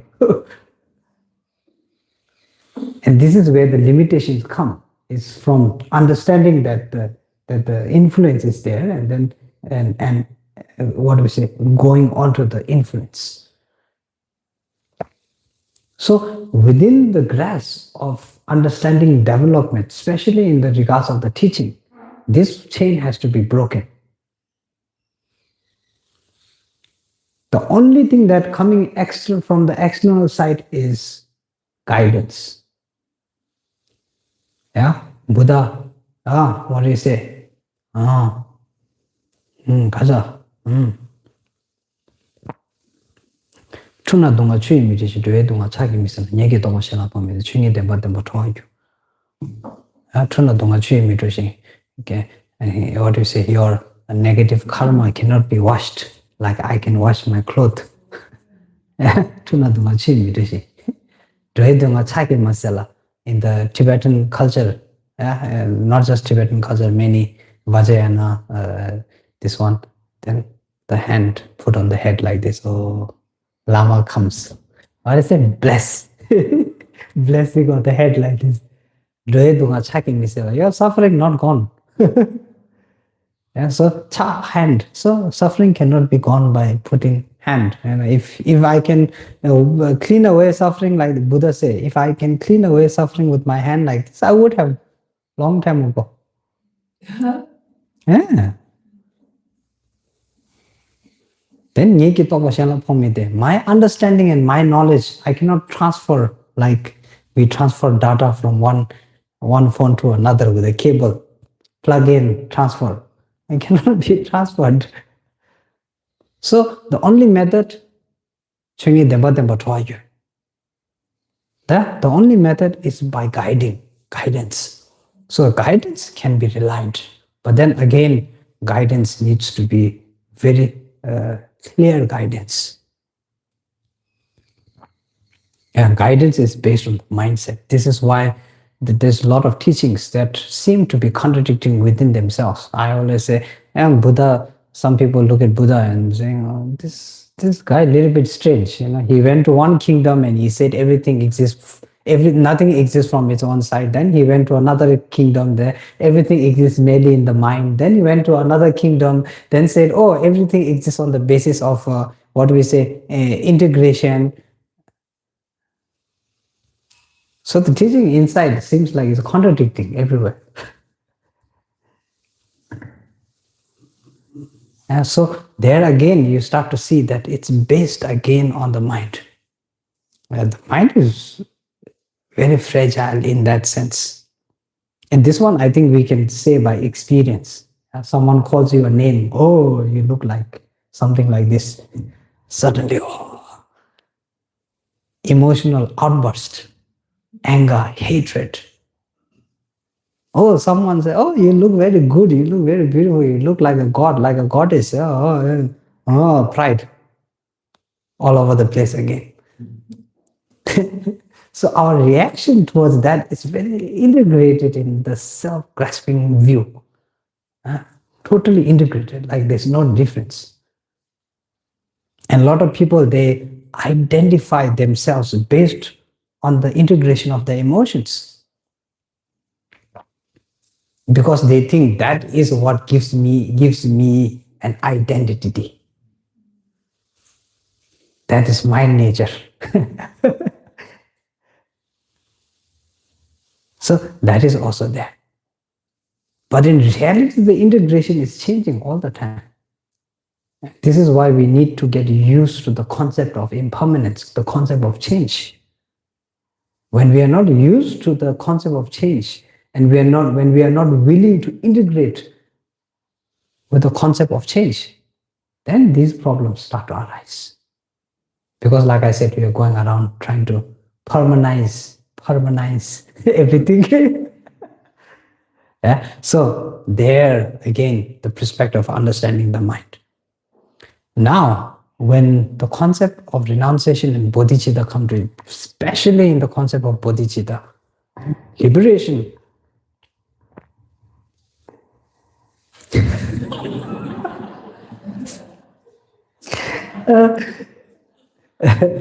yeah, so in the concept of bodhicitta,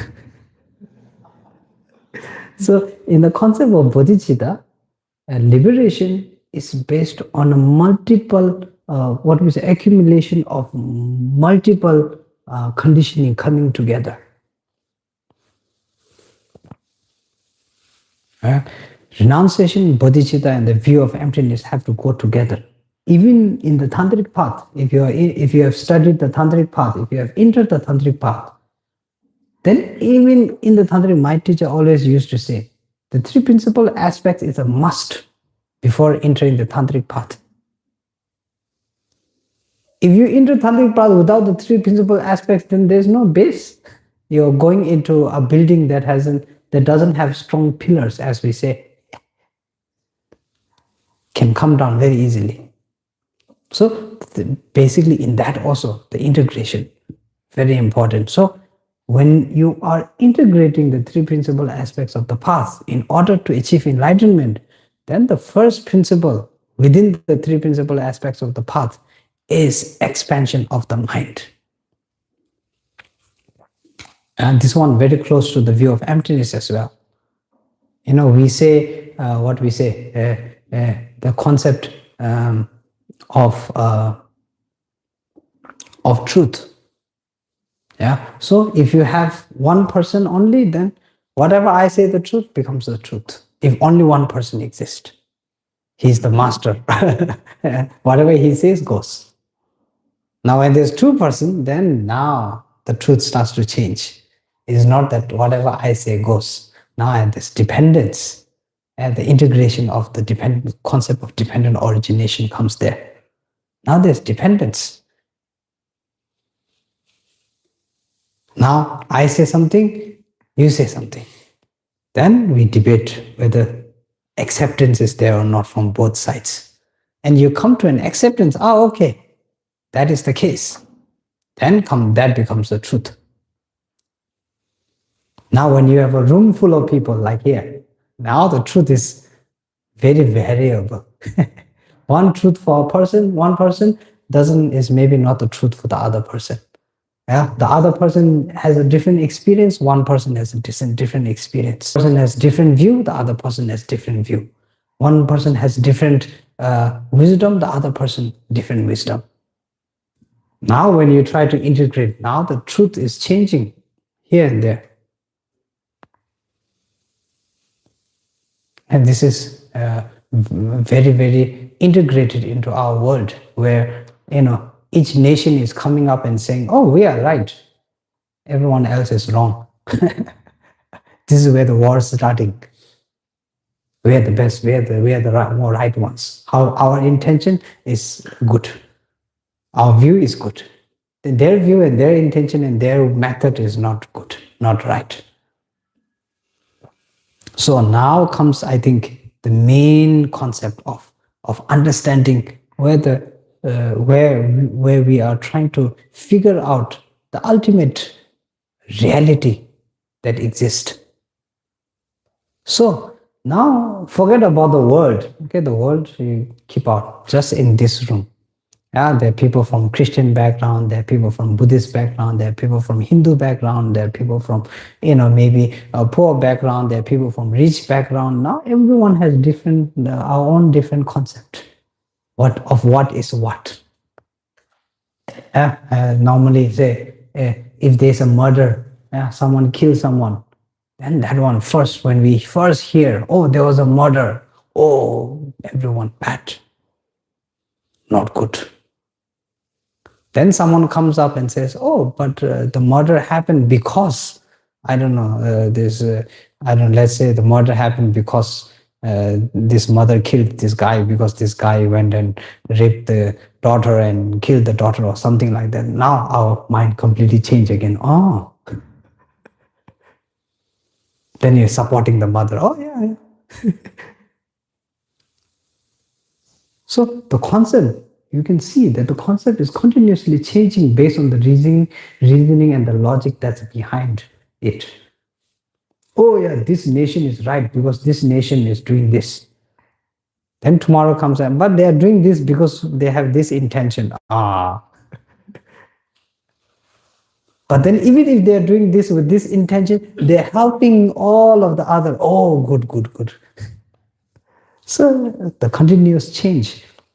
Now, the whole concept of the continuous change in the perspective is not based on the perspective. The perspective is just perspective.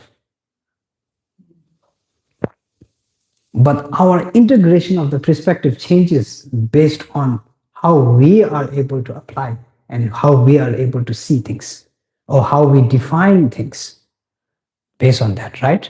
So with that, now you start to see that, there's one perspective from here. We say, no, what do we say? The grass is greener on the other side. The grass is always greener on the other side. Exact same thing. Perspective changing on the basis of how you are able to perceive it. If you don't have so much money, you see a rich people, oh, he's rich, he's good, he's that, he's this. But then the rich people whole day in the office working, trying to make more money. Then you say, they don't have to work like this. So that concept, this is the reason. If you want to utilize your ability to, expand the circle of your reach, because true enlightenment is coming from the expansion of the circle that you can reach. That's where the enlightened mind comes from. And this is developed through renunciation.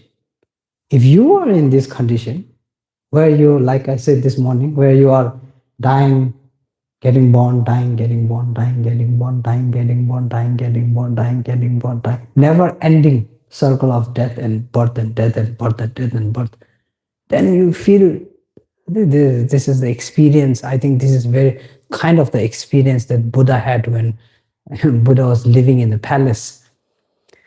When before Buddha was born, when his father went to this what do you call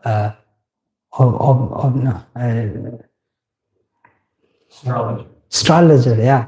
When he went to this astrologer, then astrologer said to him, if he decides to become a king, then he's going to conquer the world. But if he decides to not follow that path, then he's going to become the enlightened one. And king is not interested in the enlightened one. He was the conqueror of the world. So he tried to hide everything from him. Yeah? The king dismissed all of the old workers, all of the sick workers. Then all of that he hid. So when he first went out in the chariot and he saw this experience, old age, sickness, death, and the guy who's searching, the Sangha, and the Sangha member who's searching for answer. That time I think he had this experience. So based on this story, you already start to see that, yes, it's not about one thing. It's about many things coming together to form.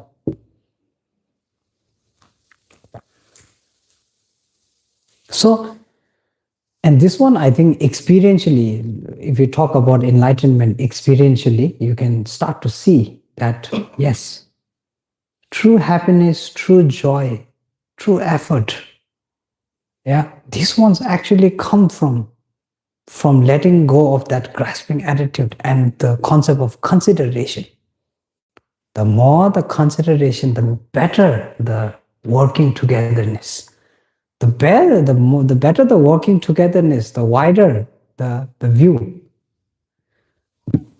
Yeah, if all of us wanted to work together, then we need to have an open mind. That is very no need to prove that. If I'm very stuck on one concept, one view, I cannot work with everyone.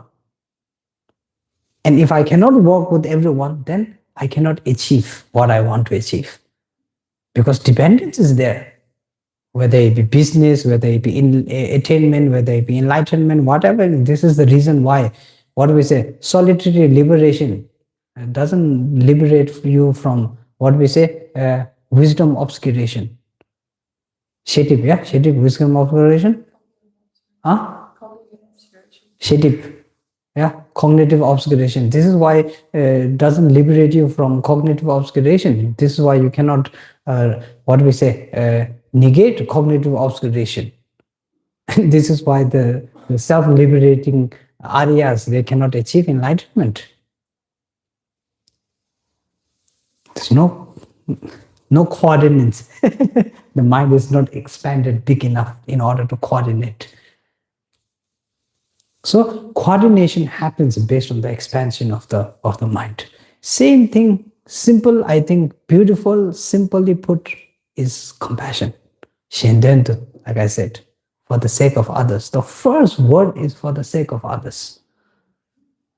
That's where the true liberation is. This is the method to recognize the cognitive obscuration. This is the method to negate the cognitive obscuration through that. So the whole reason behind the expansion of the mind, I always like to call it the expansion of the circle. The more you include, the better, the faster it works. Even I think even in business, you ask people, business people, you need people, you need to rely on people, you need people working for you. Yeah, you cannot build an empire by yourself. No, impossible. I mean, yeah, people talk, oh yeah, he built empire all by himself. This is joke. Without any dependence, are you sure? You ask, are you sure? So this whole building is based on expansion of the circle. Yeah, the bigger the circle, the faster the means, the methods, everything. Because it's conditioning, like I said, it's conditioning. And the conditioning happens through expansion of the circle. And the conditioning for enlightenment also happens through the expansion of the circle. The concept, forget about enlightenment, even joy and peace happens based on the circle, based on the concept of expansion of your circle. Imagine you are in a family, you're very angry, you don't want to talk to anyone. Yeah, the circle is small. Imagine yourself in that place.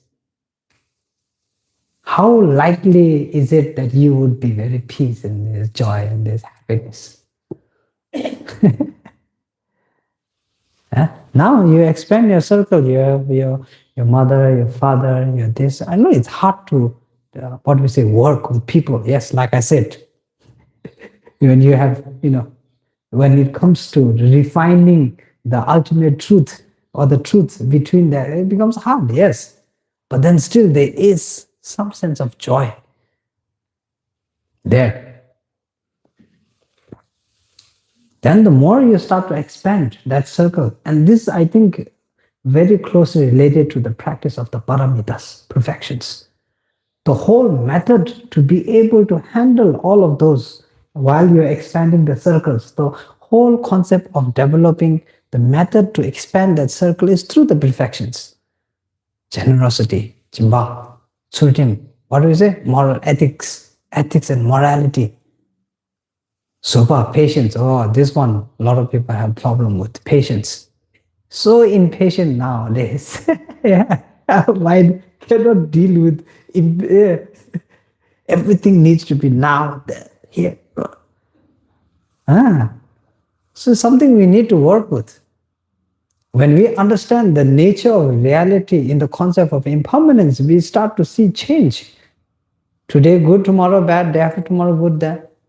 You need to understand that the reliance, our 100% reliance on this is, what's the point?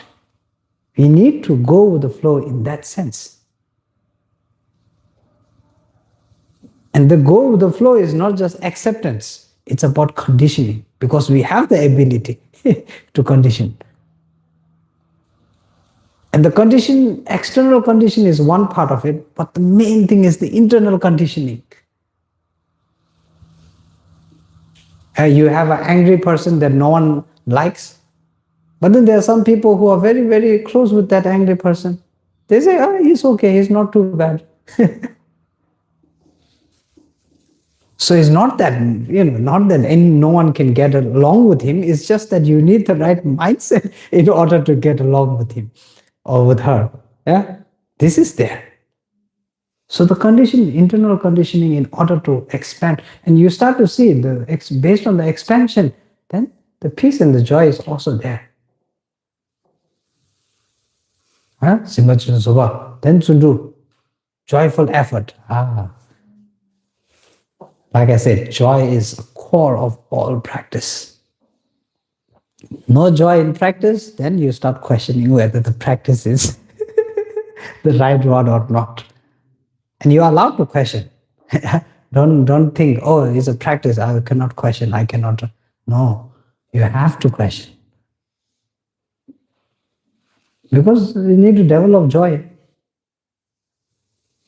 How are you going to, I don't know, how are you, imagine unjoyfully attaining enlightenment. That really doesn't sound pleasant.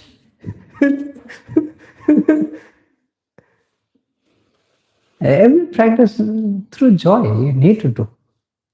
then if the sense, the conviction of the ability to attain joy through that practice comes, that's when you truly follow onto the path of the practice. Otherwise, if the joyful is not there, then definitely you can do what we call beginning practice, which means getting used to it. Like exercising, first time you exercise, joy maybe not there, pain here, pain there, pain here. But then slowly you make a habit out of it, then slowly you enjoy exercising. So it's the same method. So I think same thing with faith. Faith is based on developing that practice, I think. Yeah, in Buddhism, I always say in Buddhism, faith is only useful until a certain point. After that, not very useful. You don't attain enlightenment through faith. It's very clear.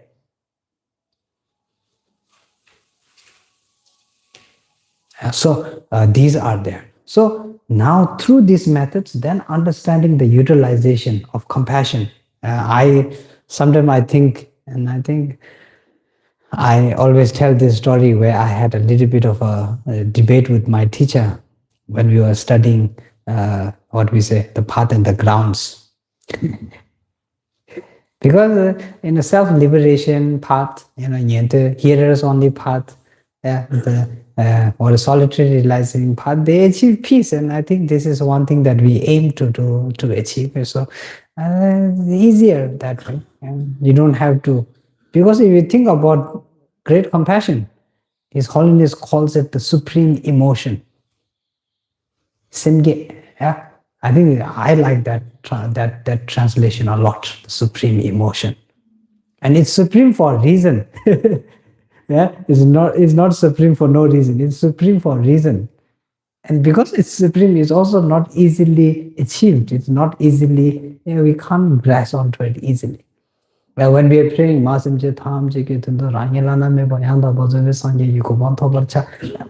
for the sake of all sentient beings, may I attain, the enlightenment. But to truly conclude each and every sentient being, imagine. We sit there, we have enemies, we have people we don't like, we have people, things we don't like, we have cultures we don't like, we have traditions we don't like, we have that we don't like, we have looks that we don't like, we have colors that we don't like. Now, with all of these dislikes and all of this separation, then you start to think about all mother sentient beings. Not easy.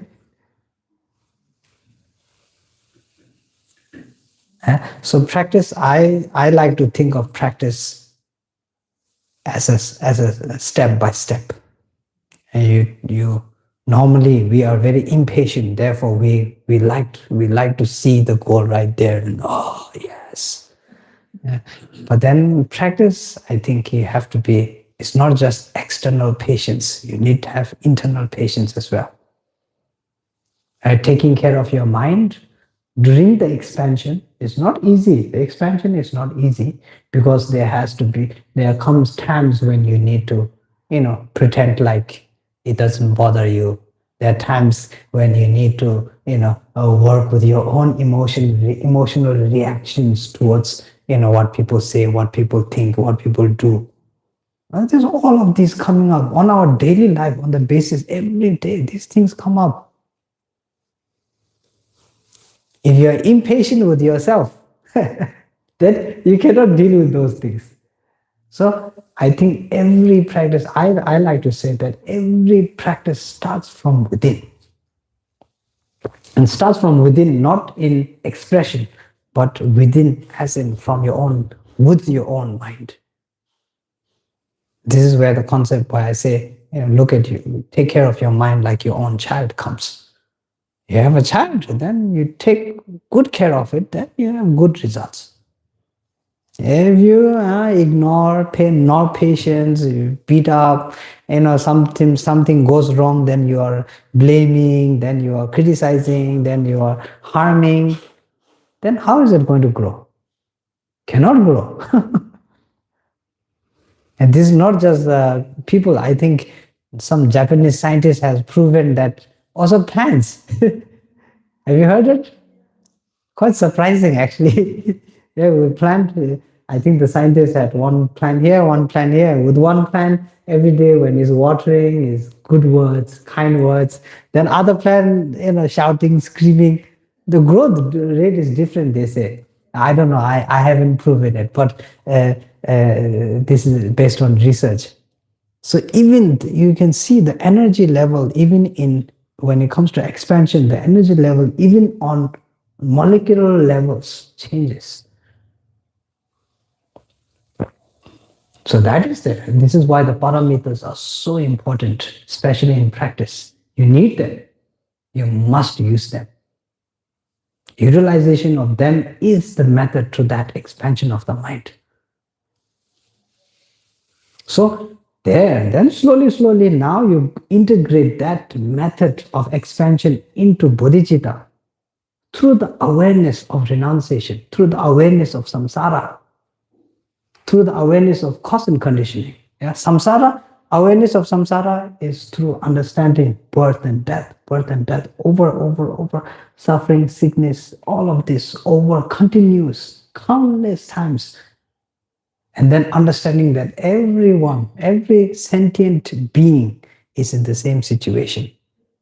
This is understanding, developing the widening of the mind through understanding of samsara. Then understanding of karma. Then comes the concept of all mother sentient beings. Countless eons of that continuous cycle. Then the possibility of each and every person being at one point someone very, very precious to you, kind to you, someone who helped you, someone who nurtured you.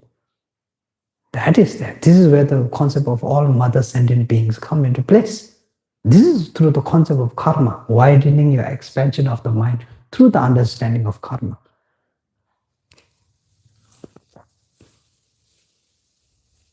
Then the other development in regards to what do we say? For example, Yudemanga doing. What is it?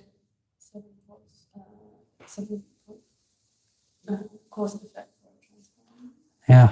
Six causes and one effect. 6 causes to developing, 6 conditions to developing the mind, the enlightened mind, and the effect being Simke. As Simke is the supreme emotion, that being the 7th one, which is the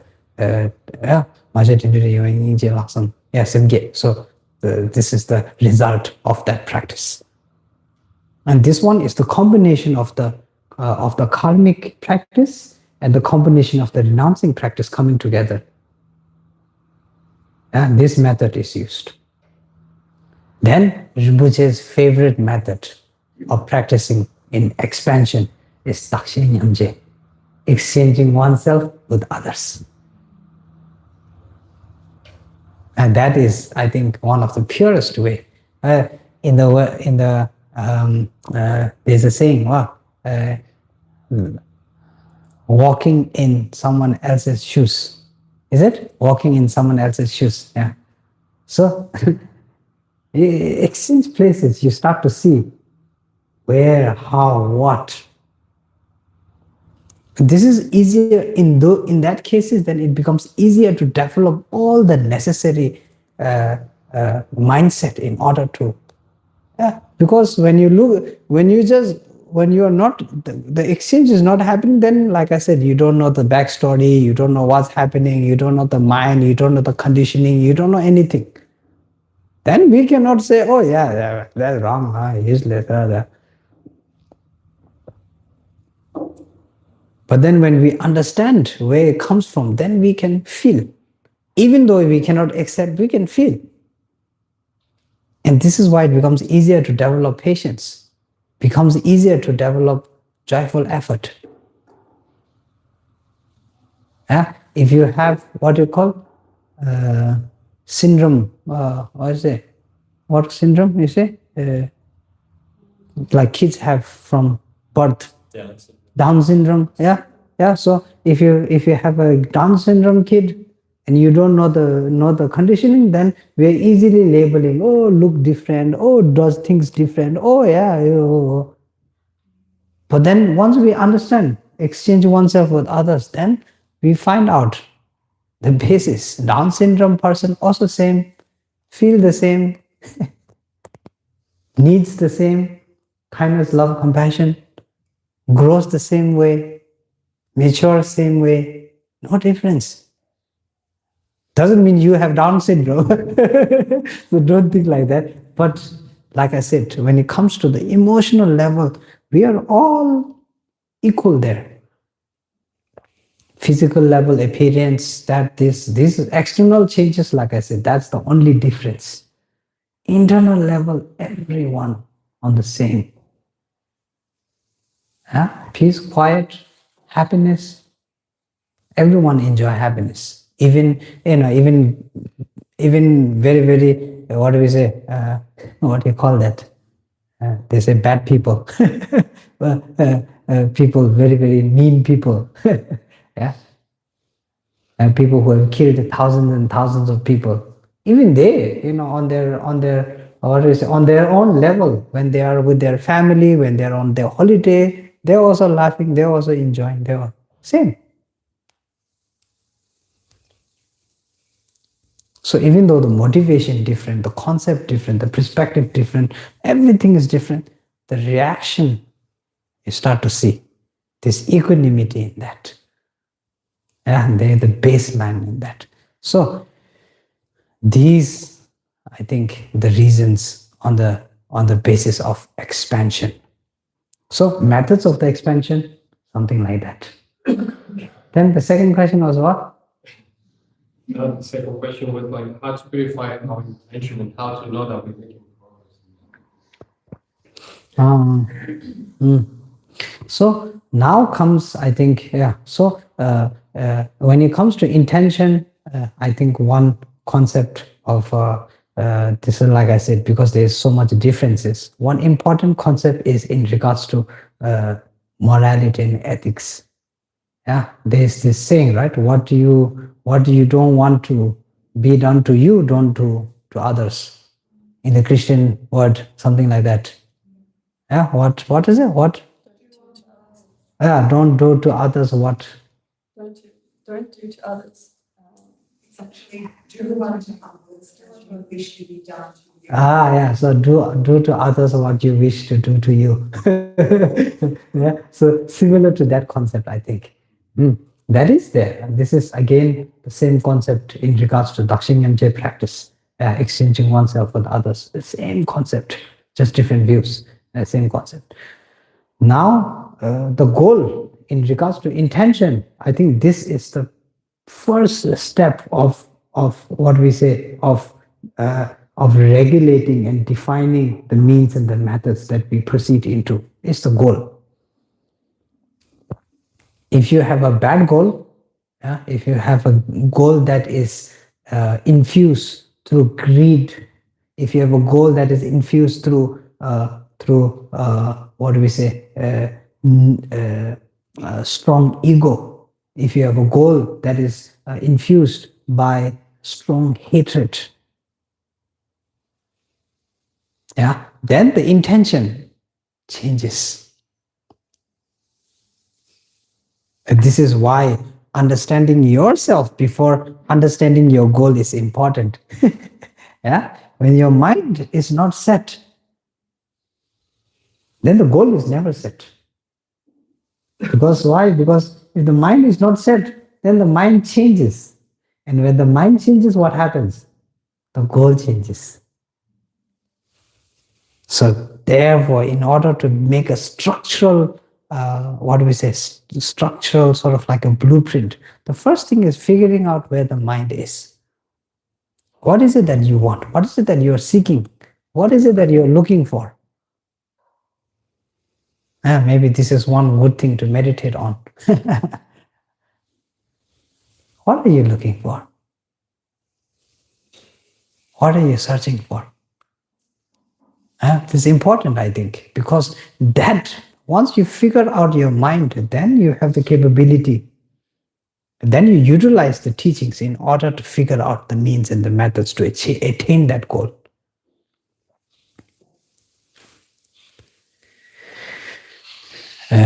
The practice, I think, useful in any sense. Whatever the goal may be, the practice is useful in any sense. But how do you utilize the practice? That one depends on, based on the mind that is in existence right there. And I always say the first utilization of the practice is inward practice. Yeah? If you don't have a kind heart, then trying to show kindness becomes harder. If you don't have love, if you don't have self-love or self-patience, then expansion of patience and love outside harder. When you're always blaming yourself, when you're always shouting yourself, pointing the finger, to yourself, then then to expand becomes harder. So this is, I think, on the basis of a moral practice. Moral and ethical practice. Moral and ethical in the sense that it helps you as well as it helps benefits. So sometimes when it comes to the way, the method, I always say, if your mind needs a break from something, then you need to take the break. Some people say, oh, but I'm practicing and I cannot take one step back. No, but because the goal is the long-term goal, it's not short-term goal. For the benefit of the long-term goal, then if you need to take one step backward, you have to. Concentrating on others every day, whole day, that is hard, not easy. So if you need to give yourself some time to rest, you have to. Unless it is not necessary. Like it doesn't seem like it's necessary at all. It just keeps going on and on and on and on. It's already built the mind of a mountain, they say. When you call a mountain, no matter what comes, a snowstorm, wind, this, nothing, immovable, unmovable, unshakable. So when you build a mind that is like a mountain, majestic, powerful, unshakable, that is the time when you can say, okay, I'm ready to sacrifice my life. But until you reach there, you need to take care of yourself. You cannot jump. What do you say? Jump the rope, they say. So that there is initial, I think, steps in taking in regards to practice. Okay, good. Makes sense? You get just kidding. So something like that, I think. Any more question? Kabirji. I can speak loudly. So, what about the bodhisattva who is always crying? Mm-hmm. There's that example. There's the example of if you have tremendous regret at the wrongdoing you've done, so then you're doing prostrations or whatever, but you feel tremendous regret. There's no joy there. And then Lama Zopa Rinpoche was fond of saying that there's no enlightenment without a lot of hardship. Yes. You should have hardship all the time, in fact. Yes. Even while going to Rajgir Nalanda. Yes. Hardship is good. Yes. So am I wrong in thinking that some hardship and pain is also good? It can't be joyful all the way, can it? There's joyful hardship. I think. Yeah. I've seen in some practice, I don't know what tradition, they like beat their sins out of themselves, something like that. They have like nails and knives on the whip. Yeah, on the whip. Yeah, they beat themselves like this. I think amazing practice. I don't think I can do that. Yeah? But what I'm trying to say here is the hardship is there, but then joy is also there. Rinpoche is such an amazing example. I never saw Rinpoche complaining hardship, oh, it was so hard, so that. Every hardship, we see hardship, yes, Rinpoche, this there, the hardship is there, but then when doing that, it's joy as well. I think when it comes to the Bodhisattva, always crying. And this one, I'm not so sure, but then if I look, I can see few different perspectives in that. Because we cry for many reasons. We can be crying out of joy. Yeah, we can be crying out of pain. We can be crying out of regret. So whether it is crying out of, I don't think, the only thing that I think that does not exist there is the Bodhisattva crying because he doesn't like or he doesn't want to be a Bodhisattva. That one I don't think exists. So that one we take out of the picture. Then other than that, regret is, I think, one of the first steps in order to development. If there's no regret, there's no development. Then once the regret is there, and then strong heart to practice, arises. Yeah, first, let's say I did something bad. This is similar to Milarepa story. Milarepa murdered or killed 23 people. Then all of the people he killed, all close family. Then later when he tried to practice after that, no attainment coming because there's no regret there.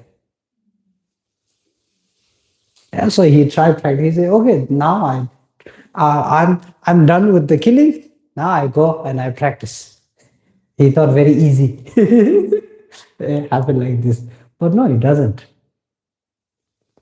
So the experience of pain, the experience of suffering, this one is what builds within ourselves in order to, grasp the idea of why I need to go forward. And this is where the regret starts to appear.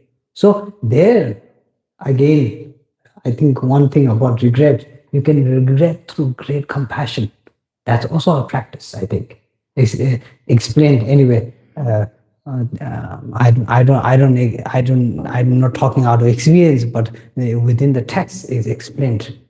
Compassion out of great compassion out of regret. And this is in regards to your own actions. So that is there. Then the second one is once the regret is there, then you see, but I don't need to live in the regret. It's not that nothing can be done, finish. I've sealed my, I've sealed my destination. It's not like that. And this is why Buddha's guidance is so important. He said, yes, you have done this, you have done that, you have done this, and this. Yes, but you can change it. Now, the second part in regards to the practice, the Bodhisattva practice, Bodhisattva laughing practice, crying practice, all these practices is there. But within the crying practice, then I think one, definitely regret. But then also the joy of the regret. Finally being able to regret is also so amazing. It's also one of the first steps into truly, taking the steps into practice. So that is there. So there's joy existing, I think, yes, definitely. Hardship doesn't mean there's no hardship, doesn't mean there's no pain. That is there. I like to give the example generally, if you are a mother, then you have a son, or if you are a father, you have a kid. It's not easy to look after a kid. First few months you don't get to sleep. You need to wipe the poop.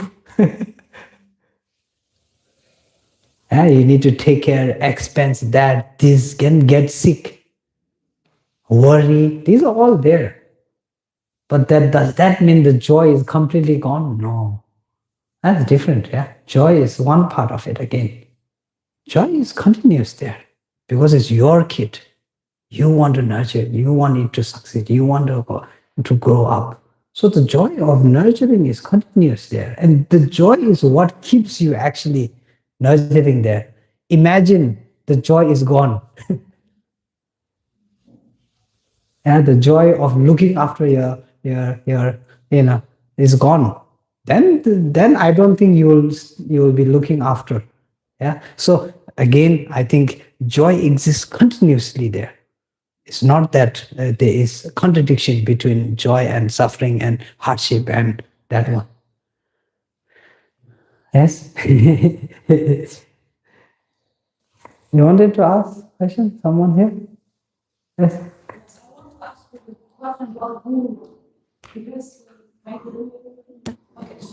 Question about? About guru, teacher. Oh, Right. guru. This morning you mentioned we gonna become our own guru. We don't need a teacher. But so many people told me in order to learn Tibetan Buddhism, you need a teacher first. Do I need a teacher or no? So please let me know. Really confused. Yeah. The concept of guru, is arising through the concept of devotion. Yeah. Without devotion, the concept of guru useless. Okay. So devotion is necessary. Yeah. What do we say when we morning? What is it? Refuge. We take refuge prayers. You do refuge prayer. Yeah? Buddha Dharma Sangha. I take refuge in the Buddha Dharma Sangha. So we are refugees. We are refugees of samsara. We don't like samsara. We want to get out of samsara. Yeah? This is the concept. Yeah? So now I want to get out of samsara. I'm a refugee. I don't like samsara. I want to get out of samsara. This is what refugee is, right? You lot of place, then the place not good or not, the conditions are not right, then you escape that place, then you become a refugee. So taking refuge is something similar to that.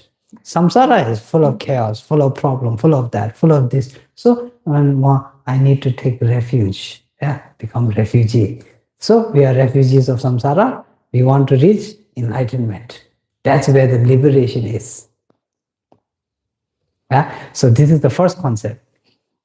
Now to reach that refuge, you need guidance. Because you need a combination of wisdom and method in order to reach there. This one I explained. 3 principal aspects of the path are the main ways to reach enlightenment. Without the 3 principal aspects of the path, you cannot reach. Right? So, in order to reach, you need guidance. So the guru, just like the Buddha said, the guru is nothing but a guide. The guru is the guide who takes you, who guides you, not takes you, guides you. If he can push you, then it's another thing. Like I said, Buddha said, you cannot wash your what do you say, your bad sins. Yeah, sins is a Christian word. Sin is creation, no? Creation, God creation. Yes, yeah. Yeah, I think yes, because some people, I think when I'm doing some courses, then some people have problem with the word sin, because when I say sin, then they completely understand, oh, God's creation. Something like, anyway, bad karma, let's call it bad karma. Yeah. So you need to negate your bad karma. Not negate. Where was I? Oh yeah, cannot wash bad karma. If he can, then I say Buddha could, Buddha would. Yeah, Buddha could, Buddha would. What is he waiting for? He's enlightened. We will all be enlightened by now if those those could be done. Then putting hand on the head. If I can negate all your suffering and everything with that? Of course. Someone with great compassion, someone with their mind so expanded that they're able to include all mother-centered beings, and they look everyone equally with great compassion. Why wouldn't they utilize that power in order to do so? So the only thing we can rely on is guidance. The rest of the job we have to do. Yeah, so the guru is the guidance. Guide, as we say. And just like Buddha, maybe out of his humbleness, humility, maybe out of his humility, he said this, maybe out of that. But in any case, that is the case. Guidance. So there are people who say, no, I don't need guidance. I know the means and I know the method and I know the way. Then they don't need guide. Yeah, a lot of the solitary liberating beings, they are like that. And they can't liberate themselves out of samsara, but at least they can achieve the clear light state. Yeah, and that one you can do. But in order to negate samsara, get out of samsara, if the wisdom and method is not there, then you need a guide. And this is where the dependency of gurus come. Then within that, again, there are qualities. Yeah, if you read the Lamrim, it's not a lot of people focusing on the student qualities of the student, but not focusing on the qualities of the guru. Guru's many qualities necessary. So even when you look for a guru, like I said, you need to first check. I always say concept similar. Taking a guru concept similar to taking a husband or a wife. You meet one day, you think, oh, so nice. You go to Las Vegas, get married. Then after 1 week, break up. After 2 days, break up, right? So not like that. Careful inspection, check. You're taking someone, you're putting your enlightenment in someone's hand. Yeah, this is what guide is. Yeah, nowadays you go someplace, you need licensed guide. And because before the license, then anyone is a guide. Come here, come here. Then a lot of problems happen because not everyone is well informed. Not everyone has the right means, right methods. So then problem arises. So in regards to taking the guru, very, very important to check if the qualities of the guru exist there or not. Then, like I said, once you start to see the qualities, then devotion naturally arises. And this is same thing with marriage as well. And devotion automatically arises. Then you don't need reason, you don't need logic, you don't need all of this to support your guru devotion. And so this is one part, I think, in regards to taking external gurus. Now, this morning when I talk about being your own guru, is in regards to mind, your own mind.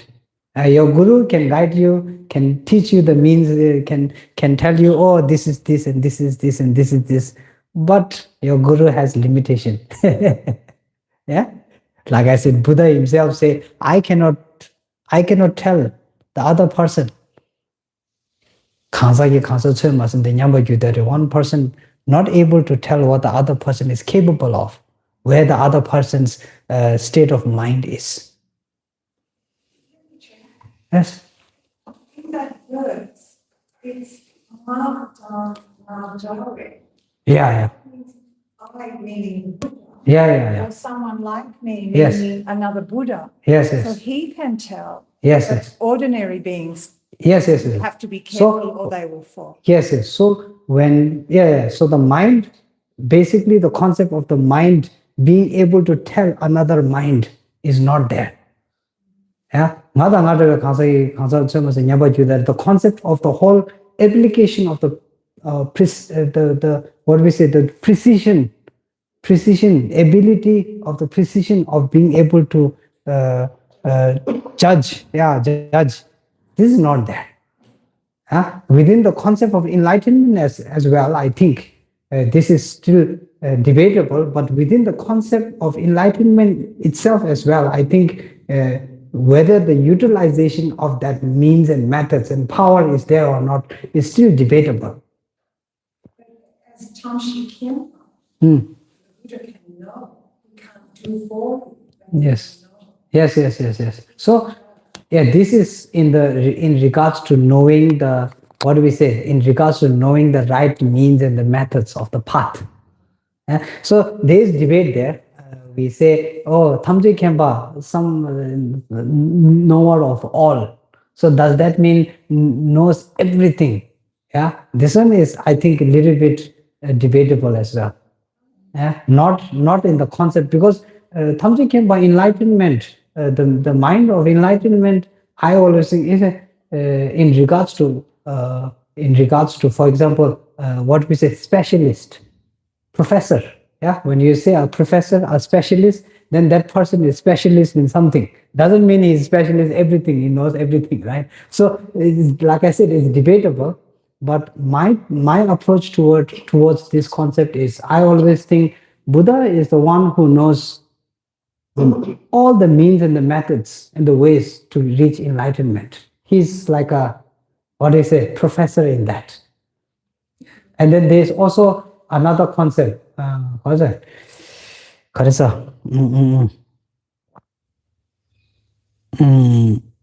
That Buddha exists everywhere. You know that concept? Yeah, omnipresent concept. This we used to have little bit debates whether that is, yeah. But then we used to debate, oh, does the Buddha exist in the toilet? Does the Buddha exist in the... these concepts are debatable. Right? You can't go around thinking, oh, Buddha is inside the toilet bowl. Whether there's even right or not is questionable. So like I said, there are concepts that are there. Maybe if you look through the right motivation, then yes, makes total sense. But then with our worldly view, our worldly perspective, then we need to be a little bit careful with how we are presenting that view perspective. So I'm keeping it a little bit more shallow so that it will be easier to digest. So just keep that in mind. I think important. Like I said, a lot of the concepts that are there, especially in what do we say?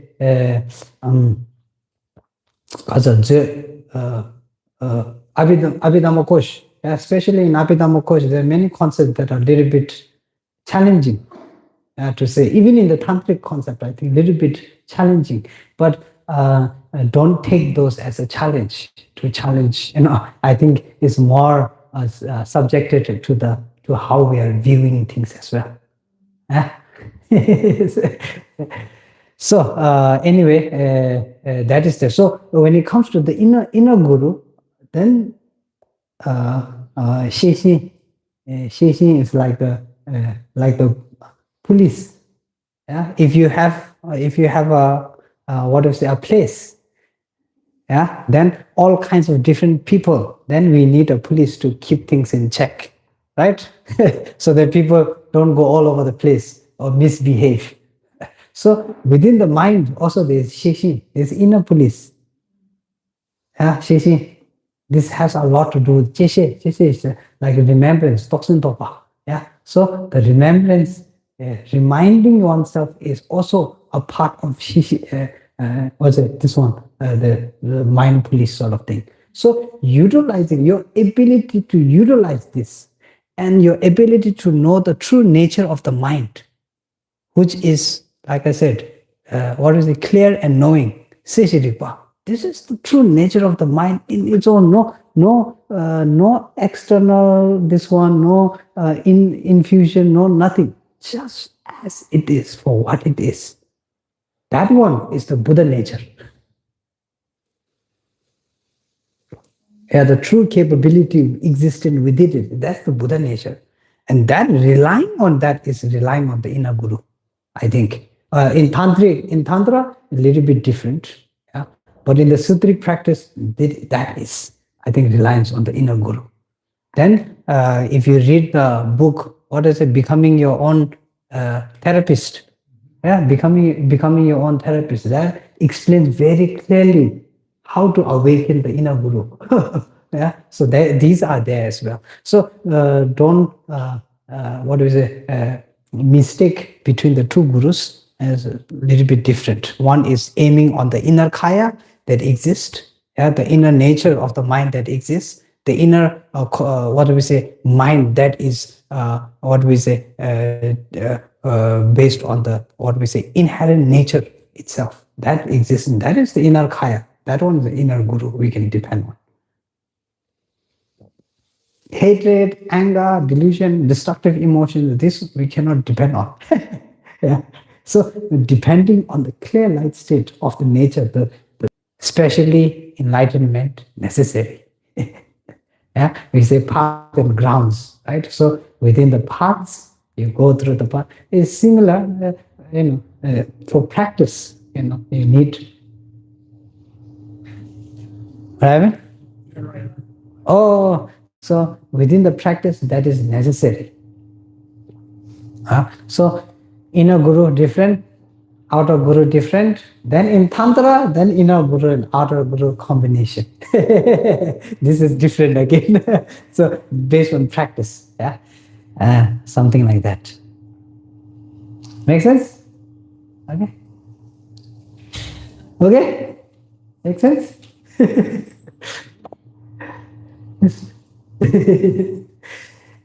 What time? Lunchtime? Yeah, lunchtime. Okay.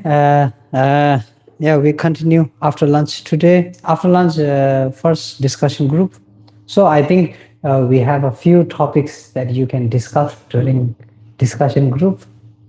Then whatever you prefer, you like, or whatever sensible, then you can utilize to discuss with. And now, for now, you become a Sangha community together, learning together, developing together. This is what Sangha is. The concept of Sangha, 3 different levels of the concept of Sangha. First, bodhicitta. Bodhicitta, combination of the practice of bodhicitta, Sangha.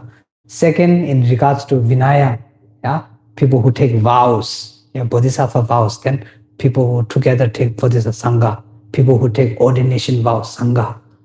Then the third level of Sangha is learning together, community. And Nepali Sangha together. Sanghaism, let's go together. So anyway, utilize that togetherness. Then I'll also come listen here and there. Then tea break. 4, okay. Enjoy your lunch. Thank you so much.